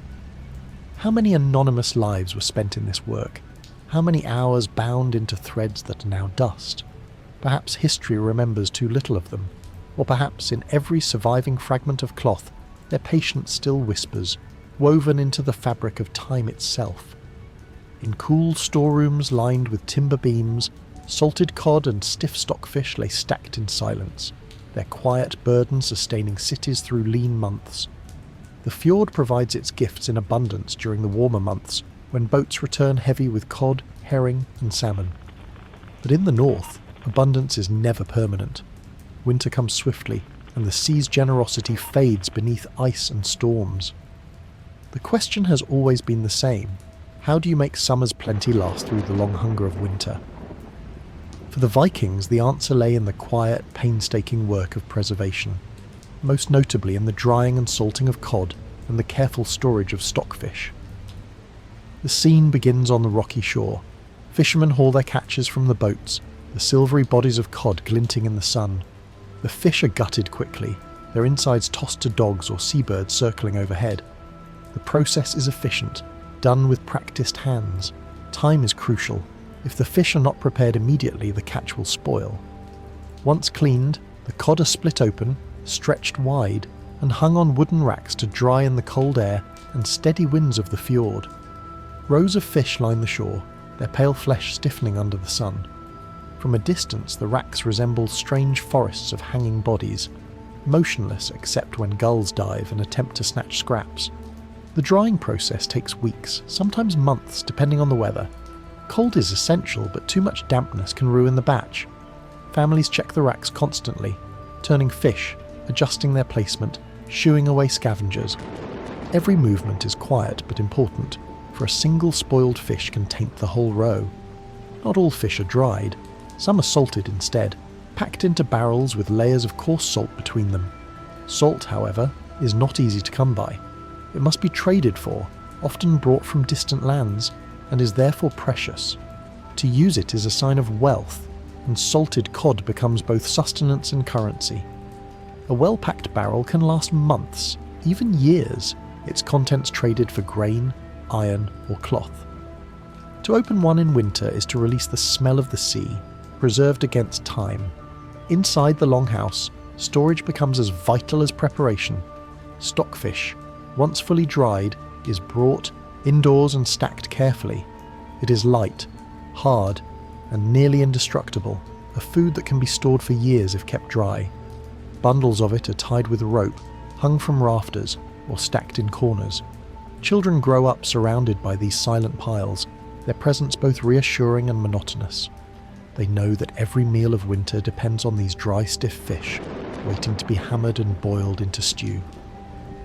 The burden is not in the labour alone, but in the responsibility. Families measure their success not only in how much fish they catch, but in how much they can preserve. Too little, and hunger looms. Too much, and trade opportunities may be missed. Preservation is balance, requiring foresight and discipline. A man may boast of a large catch, but his true worth is proven months later, when his household still eats while others go hungry. Life during preservation season is full of quiet routines. Women assist with the cleaning, children help turn the drying fish, men repair racks or fetch driftwood to support new rows. The smell of drying cod fills the air, pungent and heavy, clinging to skin and clothes. It is not a pleasant odour, but it is the smell of security, of knowing that the family will endure the coming winter. The people do not resent it. They accept it, as they accept the smoke of the hearth or the damp of the turf roof. The monotony of stockfish storage is mirrored in meals. Once dried, the fish must be beaten with mallets to break it into pieces, then soaked before cooking. The process is repetitive and dull, but necessary. Families do it without complaint, their thoughts on the nourishment the fish will bring. Stockfish is not a delicacy. It is a staple, eaten so often that its taste becomes invisible. Yet it is precisely this invisibility that makes it vital. From the outside, these details may seem too plain to matter, yet it is here, in the silent rows of drying cod and the heavy barrels of salted fish, that Viking endurance is truly measured. Raids and voyages may fill the sagas, but they were possible only because households survived winter. The warriors who sailed to foreign lands were fed first by stockfish, by salted cod, by the patient labour of those who hung fish on racks and checked them day after day. And as you look at the racks stretching across the shore, fish stiff and pale beneath the northern sky, you begin to wonder how many winters were endured by these silent stores.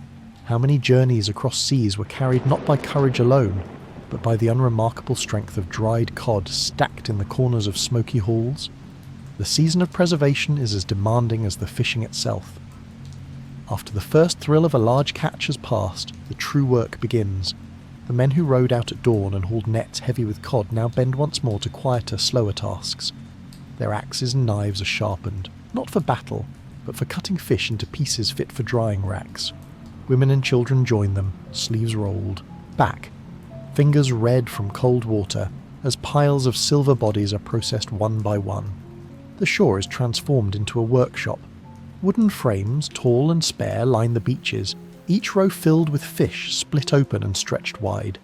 The smell is overwhelming, a thick mix of salt, sea and decay that drifts into every corner of the village. Yet no one complains. To complain would be to forget what the smell truly means. Food, security, survival. Preservation requires vigilance. Each day the racks must be checked. Fish are turned so that air reaches both sides evenly. Damp spots are noted and adjusted, for too much moisture invites rot. Ravens circle overhead, bold enough to swoop down when no one watches, tearing at the flesh. Children are often set to guard the racks, chasing the birds with shouts and stones. It is dull work, but it teaches them early that survival lies in small repetitive acts, not only in moments of glory. Salted cod demands a different kind of labour. Salt is fetched at high cost, sometimes brought by traders who arrive in shallow boats from the south. Families barter for it with wool, hides or dried fish of their own. To spend salt is to spend wealth, and so the process is done carefully. Fish are layered into barrels, each row covered with coarse salt, pressed down until brine rises. The barrels themselves are precious, made of staves bound with iron hoops, their seams sealed with tar or moss. They're heavy even when empty, heavier still when filled, and they must be stored in cool, dry places within the hall. Inside, the storage of fish becomes a kind of architecture. Bundles of stockfish hang from rafters, their stiff bodies rattling softly when disturbed. Stacks rise along walls, wrapped in cloth or netting to protect them from rodents. Barrels of salted cod line the corners, their weight pressing into the earth floor. The hall is not only a place of living but of storing, its dark spaces filled with the quiet presence of food that waits, unseen but always remembered. Meals remind everyone of the labour. Each time stockfish is prepared, it must be hammered with wooden mallets until it breaks into pieces, then soaked in water to soften. Children take turns with the mallet, striking rhythmically until the fish splinters. The sound echoes through the hall like a dull drumbeat. Only then can it be boiled with barley or roots, transformed into the familiar stew. The process is slow, but each step is necessary. Skipping any part would mean hunger, and hunger is never forgotten. The monotony of this work is striking. Day after day, families repeat the same tasks, turning fish on racks, hammering stockfish, checking barrels. It may feel dull, but it is precisely this dullness that sustains them. The sea may offer abundance, but only discipline turns abundance into survival. A family that neglects its storage, that grows careless in its preservation, soon finds itself desperate when the fjord freezes and storms make fishing impossible. The burden is also social. Families compare their stores, quietly noting who has prepared well and who has not. A man respected in summer for his skill at sea may lose that respect if his household goes hungry in winter. Conversely, a family with full stores becomes a pillar of the village, able to share or trade when others falter. Preservation is not only about food, it is about reputation, trust, and the invisible strength of foresight. Trade routes expand from this labour. Stockfish, light and durable, becomes a commodity that can be carried inland or shipped abroad. Traders seek it, kings demand it and distant markets rely on it. What began as rows of drying fish along a fjord shore becomes part of an economy stretching across seas and kingdoms. Yet those who do the work rarely think of such distances. For them, the burden is immediate, ensuring that tomorrow, next week, and next month, there will still be something to eat. The quiet weight of preservation shapes the hall itself. Its beams smell of fish, its rafters groan under bundles, its corners darken with the bulk of barrels. Visitors from other villages recognise the scent instantly, a sign of diligence as clear as any carved runestone. To step inside such a hall is to know whether a family has prepared well or poorly. The measure of worth lies not in words, but in the silent presence of stored food. And as you sit in the smoky light of the hall, watching children hammer stockfish, hearing the faint drip of brine from a barrel, you cannot help but wonder how many winters were decided not by strength at sea, but by patience on shore, by the quiet, unseen burden of preserving fish for the months when the fjord gave nothing. The racks stand empty now, the season of drying long since ended. Where once pale bodies of cod hung in rows, there are only bare wooden beams weathered by wind and rain. The barrels, sealed and heavy, rest in the corners of the hall. Bundles of stockfish hang from rafters like stiff trophies, silent and immovable. The work of preservation is finished. What remains is endurance. Winter has come, and the burden has shifted from labour to patience. Each day, families turn to their stores. A barrel is opened, its salted cod retrieved with careful hands. The smell rises sharply, pungent with the sea. Stockfish is brought down, hammered into splinters, soaked, then boiled with barley. The meals are monotonous, yet they are steady, each bite proof of foresight. Children chew without complaint, for they know no other winter food. Adults eat with quiet relief, knowing the difference between a family that stored well and one that did not. The hall is marked by these stores in every way. The smell of fish is constant, mingled with smoke and wool. Barrels crowd the floor, bundles crowd the ceiling. Visitors note immediately whether a household is prepared. Generosity or scarcity is read not in words, but in the number of fish hanging silently in the rafters. A hall heavy with stores commands respect. A hall thin with them provokes worry or pity. In this way, fish become more than food. They are a language of survival spoken without sound. Time passes slowly. Each meal reduces the stores, and each reduction is felt. Families count quietly, estimating how long the barrels will last, how many bundles remain untouched. The burden is psychological as much as physical. To watch the piles diminish day by day, to wonder whether spring will come soon enough, whether the fjord will thaw before the last stockfish is boiled. This anxiety, though rarely spoken aloud, shapes the silence of winter as much as hunger ever could. Sometimes, families share their stores with neighbours. A widow without sons, an elder too weak to fish, a household struck by illness. These are helped by those with more. Such sharing strengthens the bonds of the village, but it is never done lightly. To give fish is to shorten one's own endurance. It is generosity measured not by words, but by the willingness to risk hunger for the sake of others. These decisions, made in smoky halls during long nights, leave no mark in sagas, yet they determine who survives and who is remembered with gratitude. Trade continues even in winter. Merchants arrive seeking stockfish, its value recognised far beyond the fjord. Barrels are rolled onto sleds, bundles packed onto carts. In return come grain, salt or iron. The exchange is quiet but transformative. A fish dried in the wind of a fjord might end up feeding a family far inland, its origin forgotten but its sustenance remembered. In this way, the labour of one village ripples outward, connecting distant lives through silent trade. Years later, when archaeologists dig into the soil of old halls, they find fragments of this history. Fish bones buried in ash heaps, traces of salt in soil, wooden mallets worn smooth.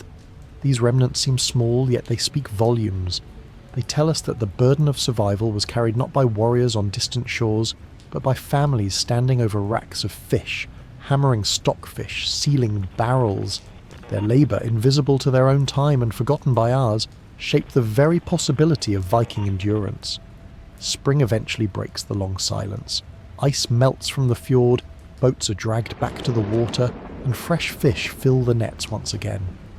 The racks are rebuilt, the cycle begins anew. Yet the memory of winter lingers. Families recall the tension of dwindling stores, the relief of barrels that lasted just long enough, the gratitude for each bundle of stockfish that kept hunger at bay. The burden of storage is not only in the labour but in the memory, carried forward year after year. And so you're left with this reflection.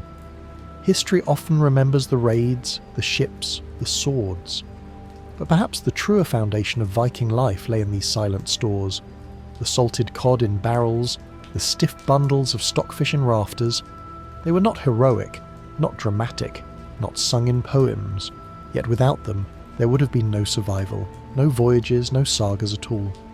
How many untold lives were sustained by these quiet burdens? How many futures secured by the simple patience of preserving fish? As pale light touched the horizon, oars dipped in unison, wood against water marking a steady rhythm that carried small boats into the morning. The fjord is dark and still in the earliest hours of the morning, its surface reflecting the faint shimmer of stars and the pale suggestion of dawn. Before the village stirs, before smoke rises from hearths, before children wake, the men slip quietly from their halls and make their way to the water's edge. The boats wait there, pulled high upon the stones, their wooden frames creaking faintly as they are pushed into the tide. This is not the roar of great longships, not the thunder of raiding voyages sung in sagas, but the quiet labour of small boats, rowboats, humble and unadorned, that carry men daily into the fjord to gather food. The rhythm begins even before the first oar touches water. The boats are simple, built of pine or oak planks, clinker fastened with overlapping edges. They are narrow, light enough to be dragged onto shore, yet strong enough to bear the weight of men, nets and fish. Each bears the mark of its maker, a father or grandfather whose skills in shaping wood were as essential as those of fishing itself. To step into such a boat is to step into continuity, into a cycle repeated for generations. Oars are fitted into their tholes, hands grip smooth wood worn by years of use, and the first strokes cut into the still water. The sound is soft but steady. Dip, pull, lift, dip, pull, lift. The fjord answers with gentle ripples spreading out behind the boats in silver lines. The rowers say little.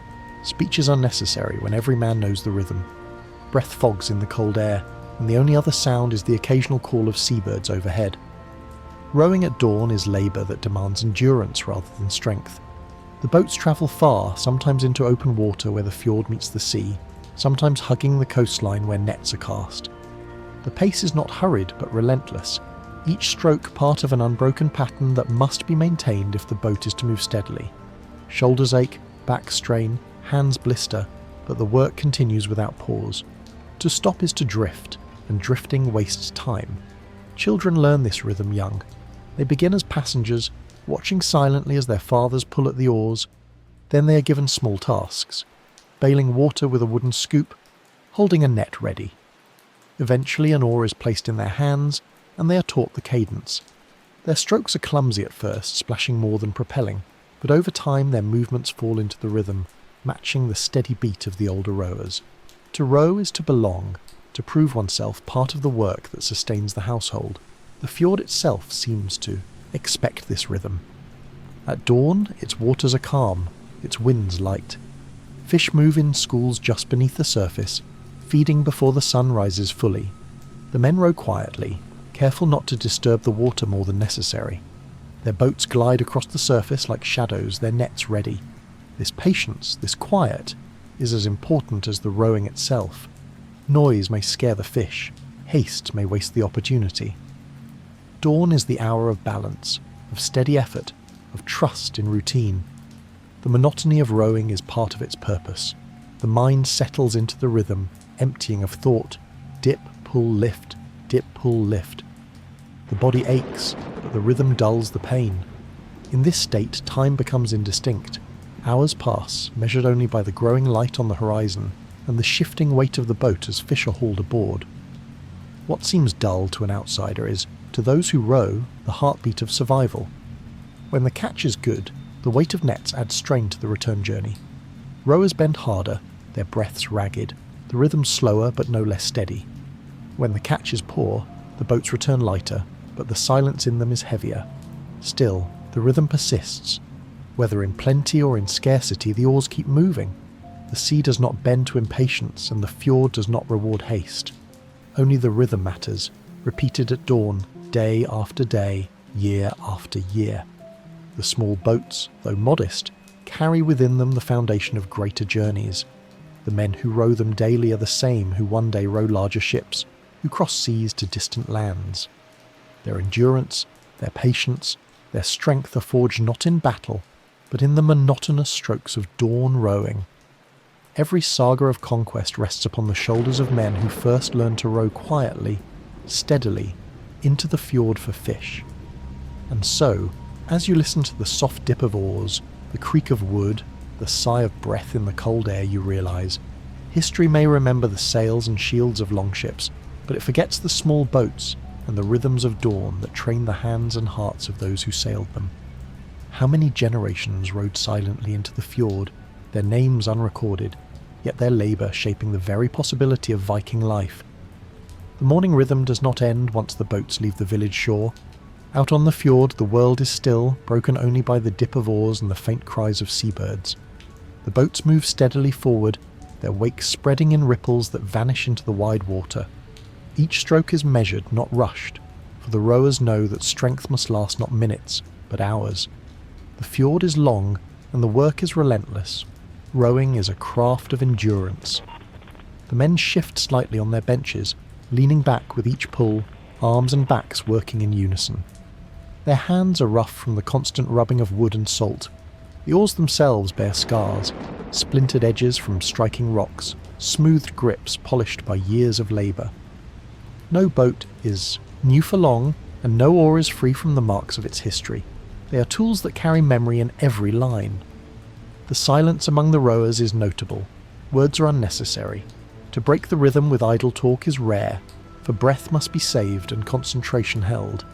Instead, communication happens through movement, the slight adjustment of pace, the leaning of a body, the sound of an oar dipping fractionally sooner or later. In this way, rowers achieve harmony without words, each responding to the other until the boat moves as one body. The fjord itself sets the tempo. On calm days, the boats glide easily, the water offering little resistance. On windy mornings, the rowers brace harder, leaning deep into each pull, their bodies straining. Storms demand even more discipline, but rowing does not stop. To stop is to surrender, and surrender means drifting toward rocks, currents, or worse. Discipline is survival, and rhythm is discipline made visible. Children who join these boats learn quickly. They sit in silence at first, absorbing the rhythm like a song played endlessly until it sinks into memory. Soon, an oar is handed to them, shorter and lighter, their strokes uneven but practiced alongside the stronger pulls of men. They splash, falter, and tire quickly, but they return again and again. In time, their strokes grow steady, their shoulders stronger, their endurance longer. This is how boys become fishermen, and how fishermen become sailors. No classroom teaches this, only the endless pull of oars at dawn. Beyond the rhythm, rowing also carries its own quiet dangers. Boats must remain balanced, each oar pulling evenly, or they veer sharply, risking collision with rocks or other boats. Tired rowers may falter, their rhythm slipping, and it falls on others to adjust, to absorb the imbalance. Blisters split, shoulders ache, yet the oars continue. If one man collapses, the others must pull harder. The boat must move, always. In this way, rowing teaches unity, the certainty that survival is collective, never individual. The monotony is profound. Hour after hour, the same motion repeats. Dip, pull, lift. Dip, pull, lift. The fjord passes slowly, the mountains on either side changing only subtly as the boats progress. Yet in this monotony lies its lesson. To endure boredom is as important as to endure hardship. A man who rows patiently through long hours is one who will endure the long winters, the slow seasons of hunger, the years of repetition that define life by the fjord. Fishing breaks the rhythm, but only briefly. Nets are cast, baited lines dropped, and the rowers wait. The stillness during this pause is heavy, the silence deepened by expectation. When fish tug, the men haul quickly. the boat rocking with the sudden weight. Nets glisten with silver bodies, their flapping tails sending spray into the air. The catch is sorted with brisk hands, then the rhythm resumes. Dip, pull, lift, dip, pull, lift. The return journey is heavier, often harder than the outward trip. Fish weigh down the boat, water splashing over the sides. Shoulders burn, arms ache, yet the rowers do not complain. They settle again into rhythm, trusting it to carry them home. The sight of the village on the horizon brings relief, but the oars do not falter until the keel grinds against the stones of the shore. Only then, when the boat is hauled up, does the rhythm break. And yet, tomorrow, it begins again. Before dawn, the boats are pushed out, the oars dip, the rhythm resumes. No one counts how many mornings have passed this way, how many hours spent in the same repetitive labour. Such numbers do not matter. What matters is that the rhythm endures, unbroken, season after season, year after year. As you sit listening to the faint splash of oars across the fjord, you realise that history remembers sails and voyages, kings and raiders, but it forgets these rhythms. It forgets the countless mornings when men rode quietly into the dawn, carrying not glory but hunger in their stomachs and patience in their arms. How many lives were shaped by this unseen rhythm? How many sagas carried on the shoulders of men whose names will never be known, but whose strokes at dawn built the very foundation of their people's survival? The fjord is calm again, a mirror of pale sky, as the boats return once more to the shore. The oars lift from the water, dripping, then fall silent as keels scrape against stone. The men step out stiffly, their bodies aching from hours of labour, their hands blistered and raw. The fish are carried away to be gutted, dried or salted, but the boats remain on the shore, their oars resting inside, ready for tomorrow. The rhythm has ended for the day, but it is never truly broken. At dawn, it will begin again. This is the essence of rowing, not glory, not speed, but constancy. The same motion, repeated endlessly, shapes the lives of those who live by the fjord. For generations, fathers have taught sons the cadence, and sons have grown into men who pass it on again. The boats themselves wear the memory of this rhythm in their planks, the oars in their polished grips. They are not symbols of conquest, but of endurance, silent witnesses to the daily struggle for survival. Winter does not end the rhythm. Even when ice grips the edges of the fjord, boats are pushed into the open waters. The cold is harsher, the work heavier, but hunger makes the effort unavoidable.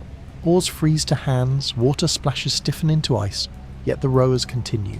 Their rhythm is slower, strained, but it does not stop. In this way, rowing becomes not only labour, but defiance, the refusal to yield to the season's silence. Spring brings change, the fjord thaws, fish return in greater numbers, and the rhythm quickens with new energy. Boats glide more easily across calmer waters, shoulders loosen, and the ache lessens. Yet the pattern remains the same. Dip, pull, lift, dip, pull, lift.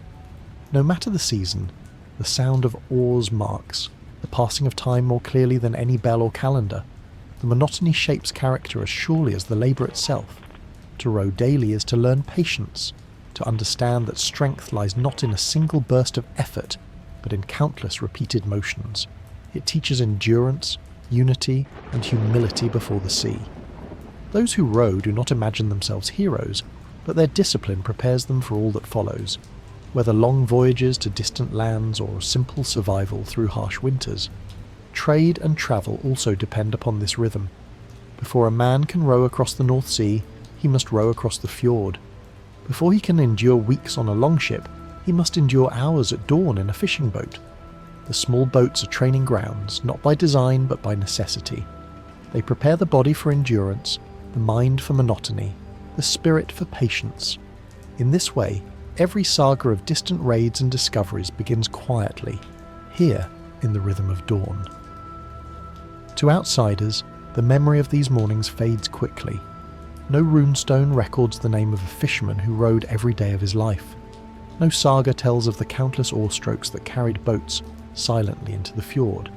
Yet without them, there would have been no food, no trade, no voyages. The rhythm, though invisible, is the foundation upon which all visible history rests. And so, as the boats rest on the stones and the fjord reflects the fading light, you are left with this thought. history is built not only by great deeds, but by quiet repetitions. How many lives were carried forward by the steady dip of oars? How many generations endured because men rose before dawn, rode into silence, and returned again at dusk? Perhaps the true legacy of the Vikings lies less in their sails and swords, and more in the rhythm of their small boats, pulling steadily at dawn, unbroken through the centuries. Beneath layers of soil, forgotten tools of iron, bone, and antler once shaped daily life, their worn edges whispering stories of quiet survival. Scattered across the benches of the longhouse, tucked into baskets, or hanging from pegs on the walls, the tools of daily life rest quietly. They are not swords or shields, not grand axes or spears carried into battle. They are smaller, humbler things.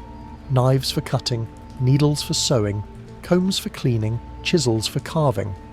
Made from iron when available, but just as often shaped from bone or antler, these tools rarely find their way into stories or sagas. Yet they are the foundation of survival, the quiet instruments by which life at the fjord was sustained. Iron, though valued, was not plentiful. A blacksmith's forge glowed in only some villages, and every fragment of iron was treasured. Broken knives were reforged, bent nails hammered straight, even small scraps saved for reuse. An iron blade, carefully sharpened, might serve a family for generations, but not every household had such fortune. For many, bone and antler filled the gaps where iron could not. From the skeletons of animals, cattle, sheep, reindeer, or deer, tools were carved with patience. The antlers of hunted animals became awls, needles, and handles. Bones were shaped into combs, pins, or fish hooks. What iron could not provide, bone and antler supplied. You can imagine the scene by the hearth, a man carving antler with a small knife, shaping it into a smooth spindle whirl for his wife's loom. A woman sharpening a bone needle to mend a cloak. A child whittling scraps of rib into toy figures, learning the feel of material underhand. These acts were not remarkable to them. They were daily, unremarkable, forgotten, even as they were performed. Yet the survival of the family depended as much on these tools as on the larger labours of fishing or weaving. The tools themselves bear the marks of their makers, bone needles polished smooth from years of use, their eyes worn wide from thread pulling through. Antler combs carved with simple lines, their teeth snapped and repaired again and again. Iron knives with handles darkened from sweat, their edges sharpened until little metal remained. None of these were luxuries. They were necessities, touched daily, their familiarity so complete that those who used them scarcely thought of them as objects at all. Each type of material had its place. Iron was hardest and sharpest, favoured for blades, chisels and nails. Bone was softer, more easily shaped, used for needles, pins and decorative items. Antler, dense and durable, was valued for handles, combs and tools that required strength. Together they formed a quiet trinity, providing the instruments by which every task, fishing, weaving, building, cooking, was made possible. The blacksmith held a special place in this cycle. His forge, glowing red in the dim hall, transformed small lumps of bog iron into knives, nails or rivets. The process was long and arduous, requiring steady hands and patience. Yet his output was limited, and so families filled the gaps themselves, turning to bone and antler when iron was scarce. In this way, necessity bred versatility. A household might own one iron knife, but dozens of bone tools shaped by their own hands. Archaeologists uncover these forgotten tools in abundance. Graves contain bone needles, spindle whirls, and combs. Excavations of villages reveal iron knives alongside fragments of antler pins and fish hooks. These finds remind us that the Vikings, remembered for ships and weapons, lived equally among tools of humbler scale. Without them, daily life would have faltered, unnoticed by sagas but undeniable in reality.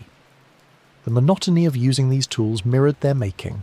Day after day, a knife cut through fish, a needle stitched torn wool, a comb passed through tangled hair, an awl punched holes in leather. The actions repeated endlessly, becoming invisible through familiarity. Yet in these repetitions lay the true rhythm of survival. Children learned early to use these tools. A boy watched his father sharpen a blade, then tried himself on a scrap of wood. A girl practiced with a bone needle, her stitches uneven but growing steadier with time. In this way, skill passed quietly from one generation to the next, not with ceremony, but with habit. Tools were not admired, they were extensions of the hand, inseparable from the work of living. And so you are left with this question.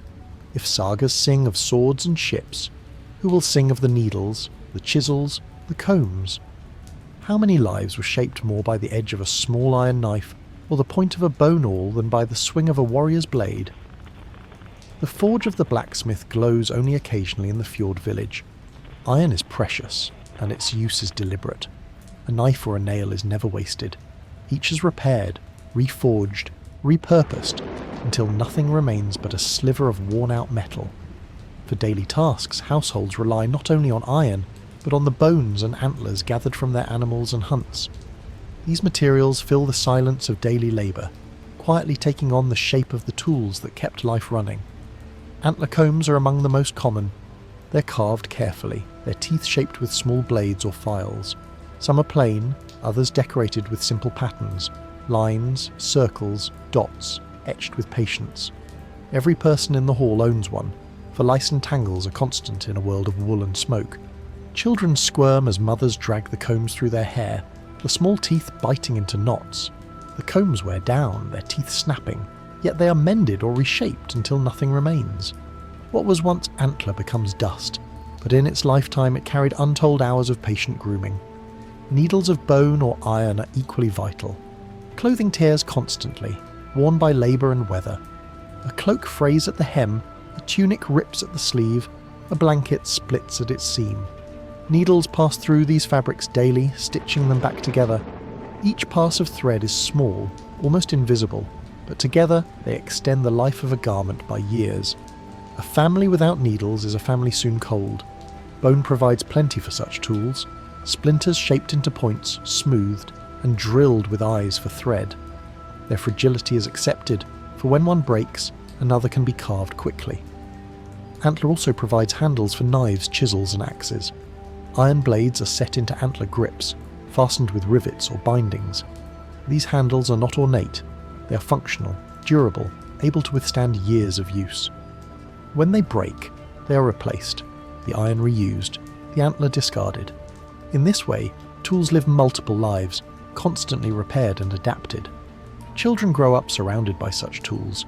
They play with broken combs, dull knives, or fragments of antler, learning their textures.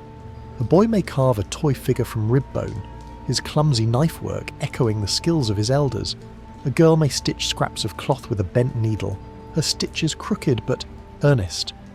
These games teach without teaching, preparing them for the responsibilities of adulthood. The work of tools is repetitive and unremarkable. A knife cuts fish for stew day after day, its edge dulled and sharpened again. An awl pierces holes in leather for belts or shoes, its point darkened with use. A spindle whirl of bone spins endlessly, twisting wool into thread. None of these actions are remembered in story, yet without them, life cannot continue. Tools do not win fame, but they win survival. Archaeology confirms this reality. Excavations of Viking settlements reveal not only weapons and jewellery, but countless fragments of bone and antler tools. Spindle whorls lie in heaps, combs broken into pieces, needles scattered across earth floors. To modernise, these objects may seem dull compared to swords or brooches, yet in their abundance lies the truth. These were the instruments most touched, most used, most essential. The blacksmith, though central, is not the only maker. Every household carves its own tools when necessary. Antlers shed by deer are gathered eagerly. Bones from slaughtered animals are cleaned and set aside for crafting. Winter nights, long and silent, are filled with the scraping of knives against bone, the patient whittling of antler. The smell of scorched horn drifts faintly from the fire as pieces are hardened in heat. These tasks are not glamorous, but they fill the hours with purpose. The durability of bone and antler tools is notable. Though softer than iron, they are often more adaptable. A bone needle may bend rather than snap, surviving for years. An antler handle absorbs shock, lasting longer than wood. In this way, bone and antler are not inferior, but equal partners in the survival of the household.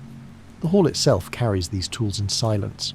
A comb left on a bench, a knife hanging from a peg, a spindle whirl rolling across the floor. These small objects form the texture of daily life. To those who lived here, they were unremarkable. To us they are glimpses into a world where survival was measured not by battles won, but by the patience of hands shaping tools from whatever material was at hand. And so you notice a truth: the forgotten tools of iron, bone, and antler shaped lives far more than the swords remembered in sagas. How many more garments were stitched than shields broken? How many more combs passed through hair than swords swung in battle? How many more spindle whirls turned than ships sailed? The numbers are uncountable, yet they remind us that history rests as much on the ordinary as on the extraordinary. The longhouse grows quiet as evening falls. The tools of the day lie scattered in their places: a bone needle left beside a basket of wool, a small iron knife resting on the bench, a comb of antler tucked into a pouch. They do not gleam like weapons, nor are they sung about in sagas, yet they carry the true weight of the household. Tomorrow they will be taken up again, used without ceremony, touched by hands that scarcely notice their presence. This is the nature of forgotten tools. Their very ordinariness hides their importance. A family eats because knives slice fish and roots. A cloak keeps out the cold because needles stitched its seams. Hair is kept free of lice because combs pass through it daily. A spindle turns wool into yarn. A chisel carves wood into a beam. An awl pierces leather for shoes. Each tool, small and humble, plays its part in the survival of the hall. Iron, when present, remains precious. Knives are sharpened again and again until little remains of the blade. Nails are pulled from broken planks to be used elsewhere. A blacksmith's rivet might hold a boat together for years, its quiet presence never noticed until it is gone. Bone and antler fill the spaces left by scarcity. Their abundance makes them invisible, yet their role is no less vital. A needle of bone may save a family from freezing by holding a garment together through another winter. Over time these tools wear out. A comb's teeth snap, leaving only a stub. A needle breaks at its eye. A knife grows so thin it can cut no more. When this happens, they are discarded, tossed into ash heaps, or buried in the earth. Centuries later, archaeologists uncover them, fragments of daily life that tell us more of survival than of conquest. To hold a spindle whirl of bone, worn smooth by generations of fingers, is to touch the patience of lives unremembered. The monotony of their use mirrors the monotony of life itself. Day after day, the same knife cuts, the same spindle spins, the same comb drags through hair. These repetitions build a rhythm of existence, unrecorded but unbroken. It is easy to overlook such details, but without them, life collapses. A cloak unstitched in winter means frostbite. A boat unrepaired means lost catches. A family without combs means sickness spreading through the hall. Tools may be small, but their absence would be catastrophic. Children inherit not only the tools themselves, but the habits of their use. A girl takes her mother's bone needle, learning to mend as she was mended for. A boy receives his father's knife, learning its weight, its edge, its care. In this way, tools bind generations, carrying forward not just function, but memory. They are heirlooms without decoration, their value lying in familiarity rather than in beauty. And yet, in sagas and stories, they vanish. Poets celebrate blades of war, not blades of kitchens. They recount the clang of iron on shields, not the scrape of a chisel shaping wood. But perhaps the true sagas are written not in battles, but in these quiet labours. Every longship began with chisels and axes. Every cloak began with needles and spindles. Every meal began with knives and pots. The forgotten tools are the foundation upon which the remembered world was built. As spring returns, bone and antler are gathered once more. Sheep are slaughtered, deer are hunted, antlers shed. The cycle of crafting repeats, as endless as the turning of seasons. A new needle is carved, a new comb shaped, a new handle fitted. They are taken up without fanfare, used until they vanish, then replaced again.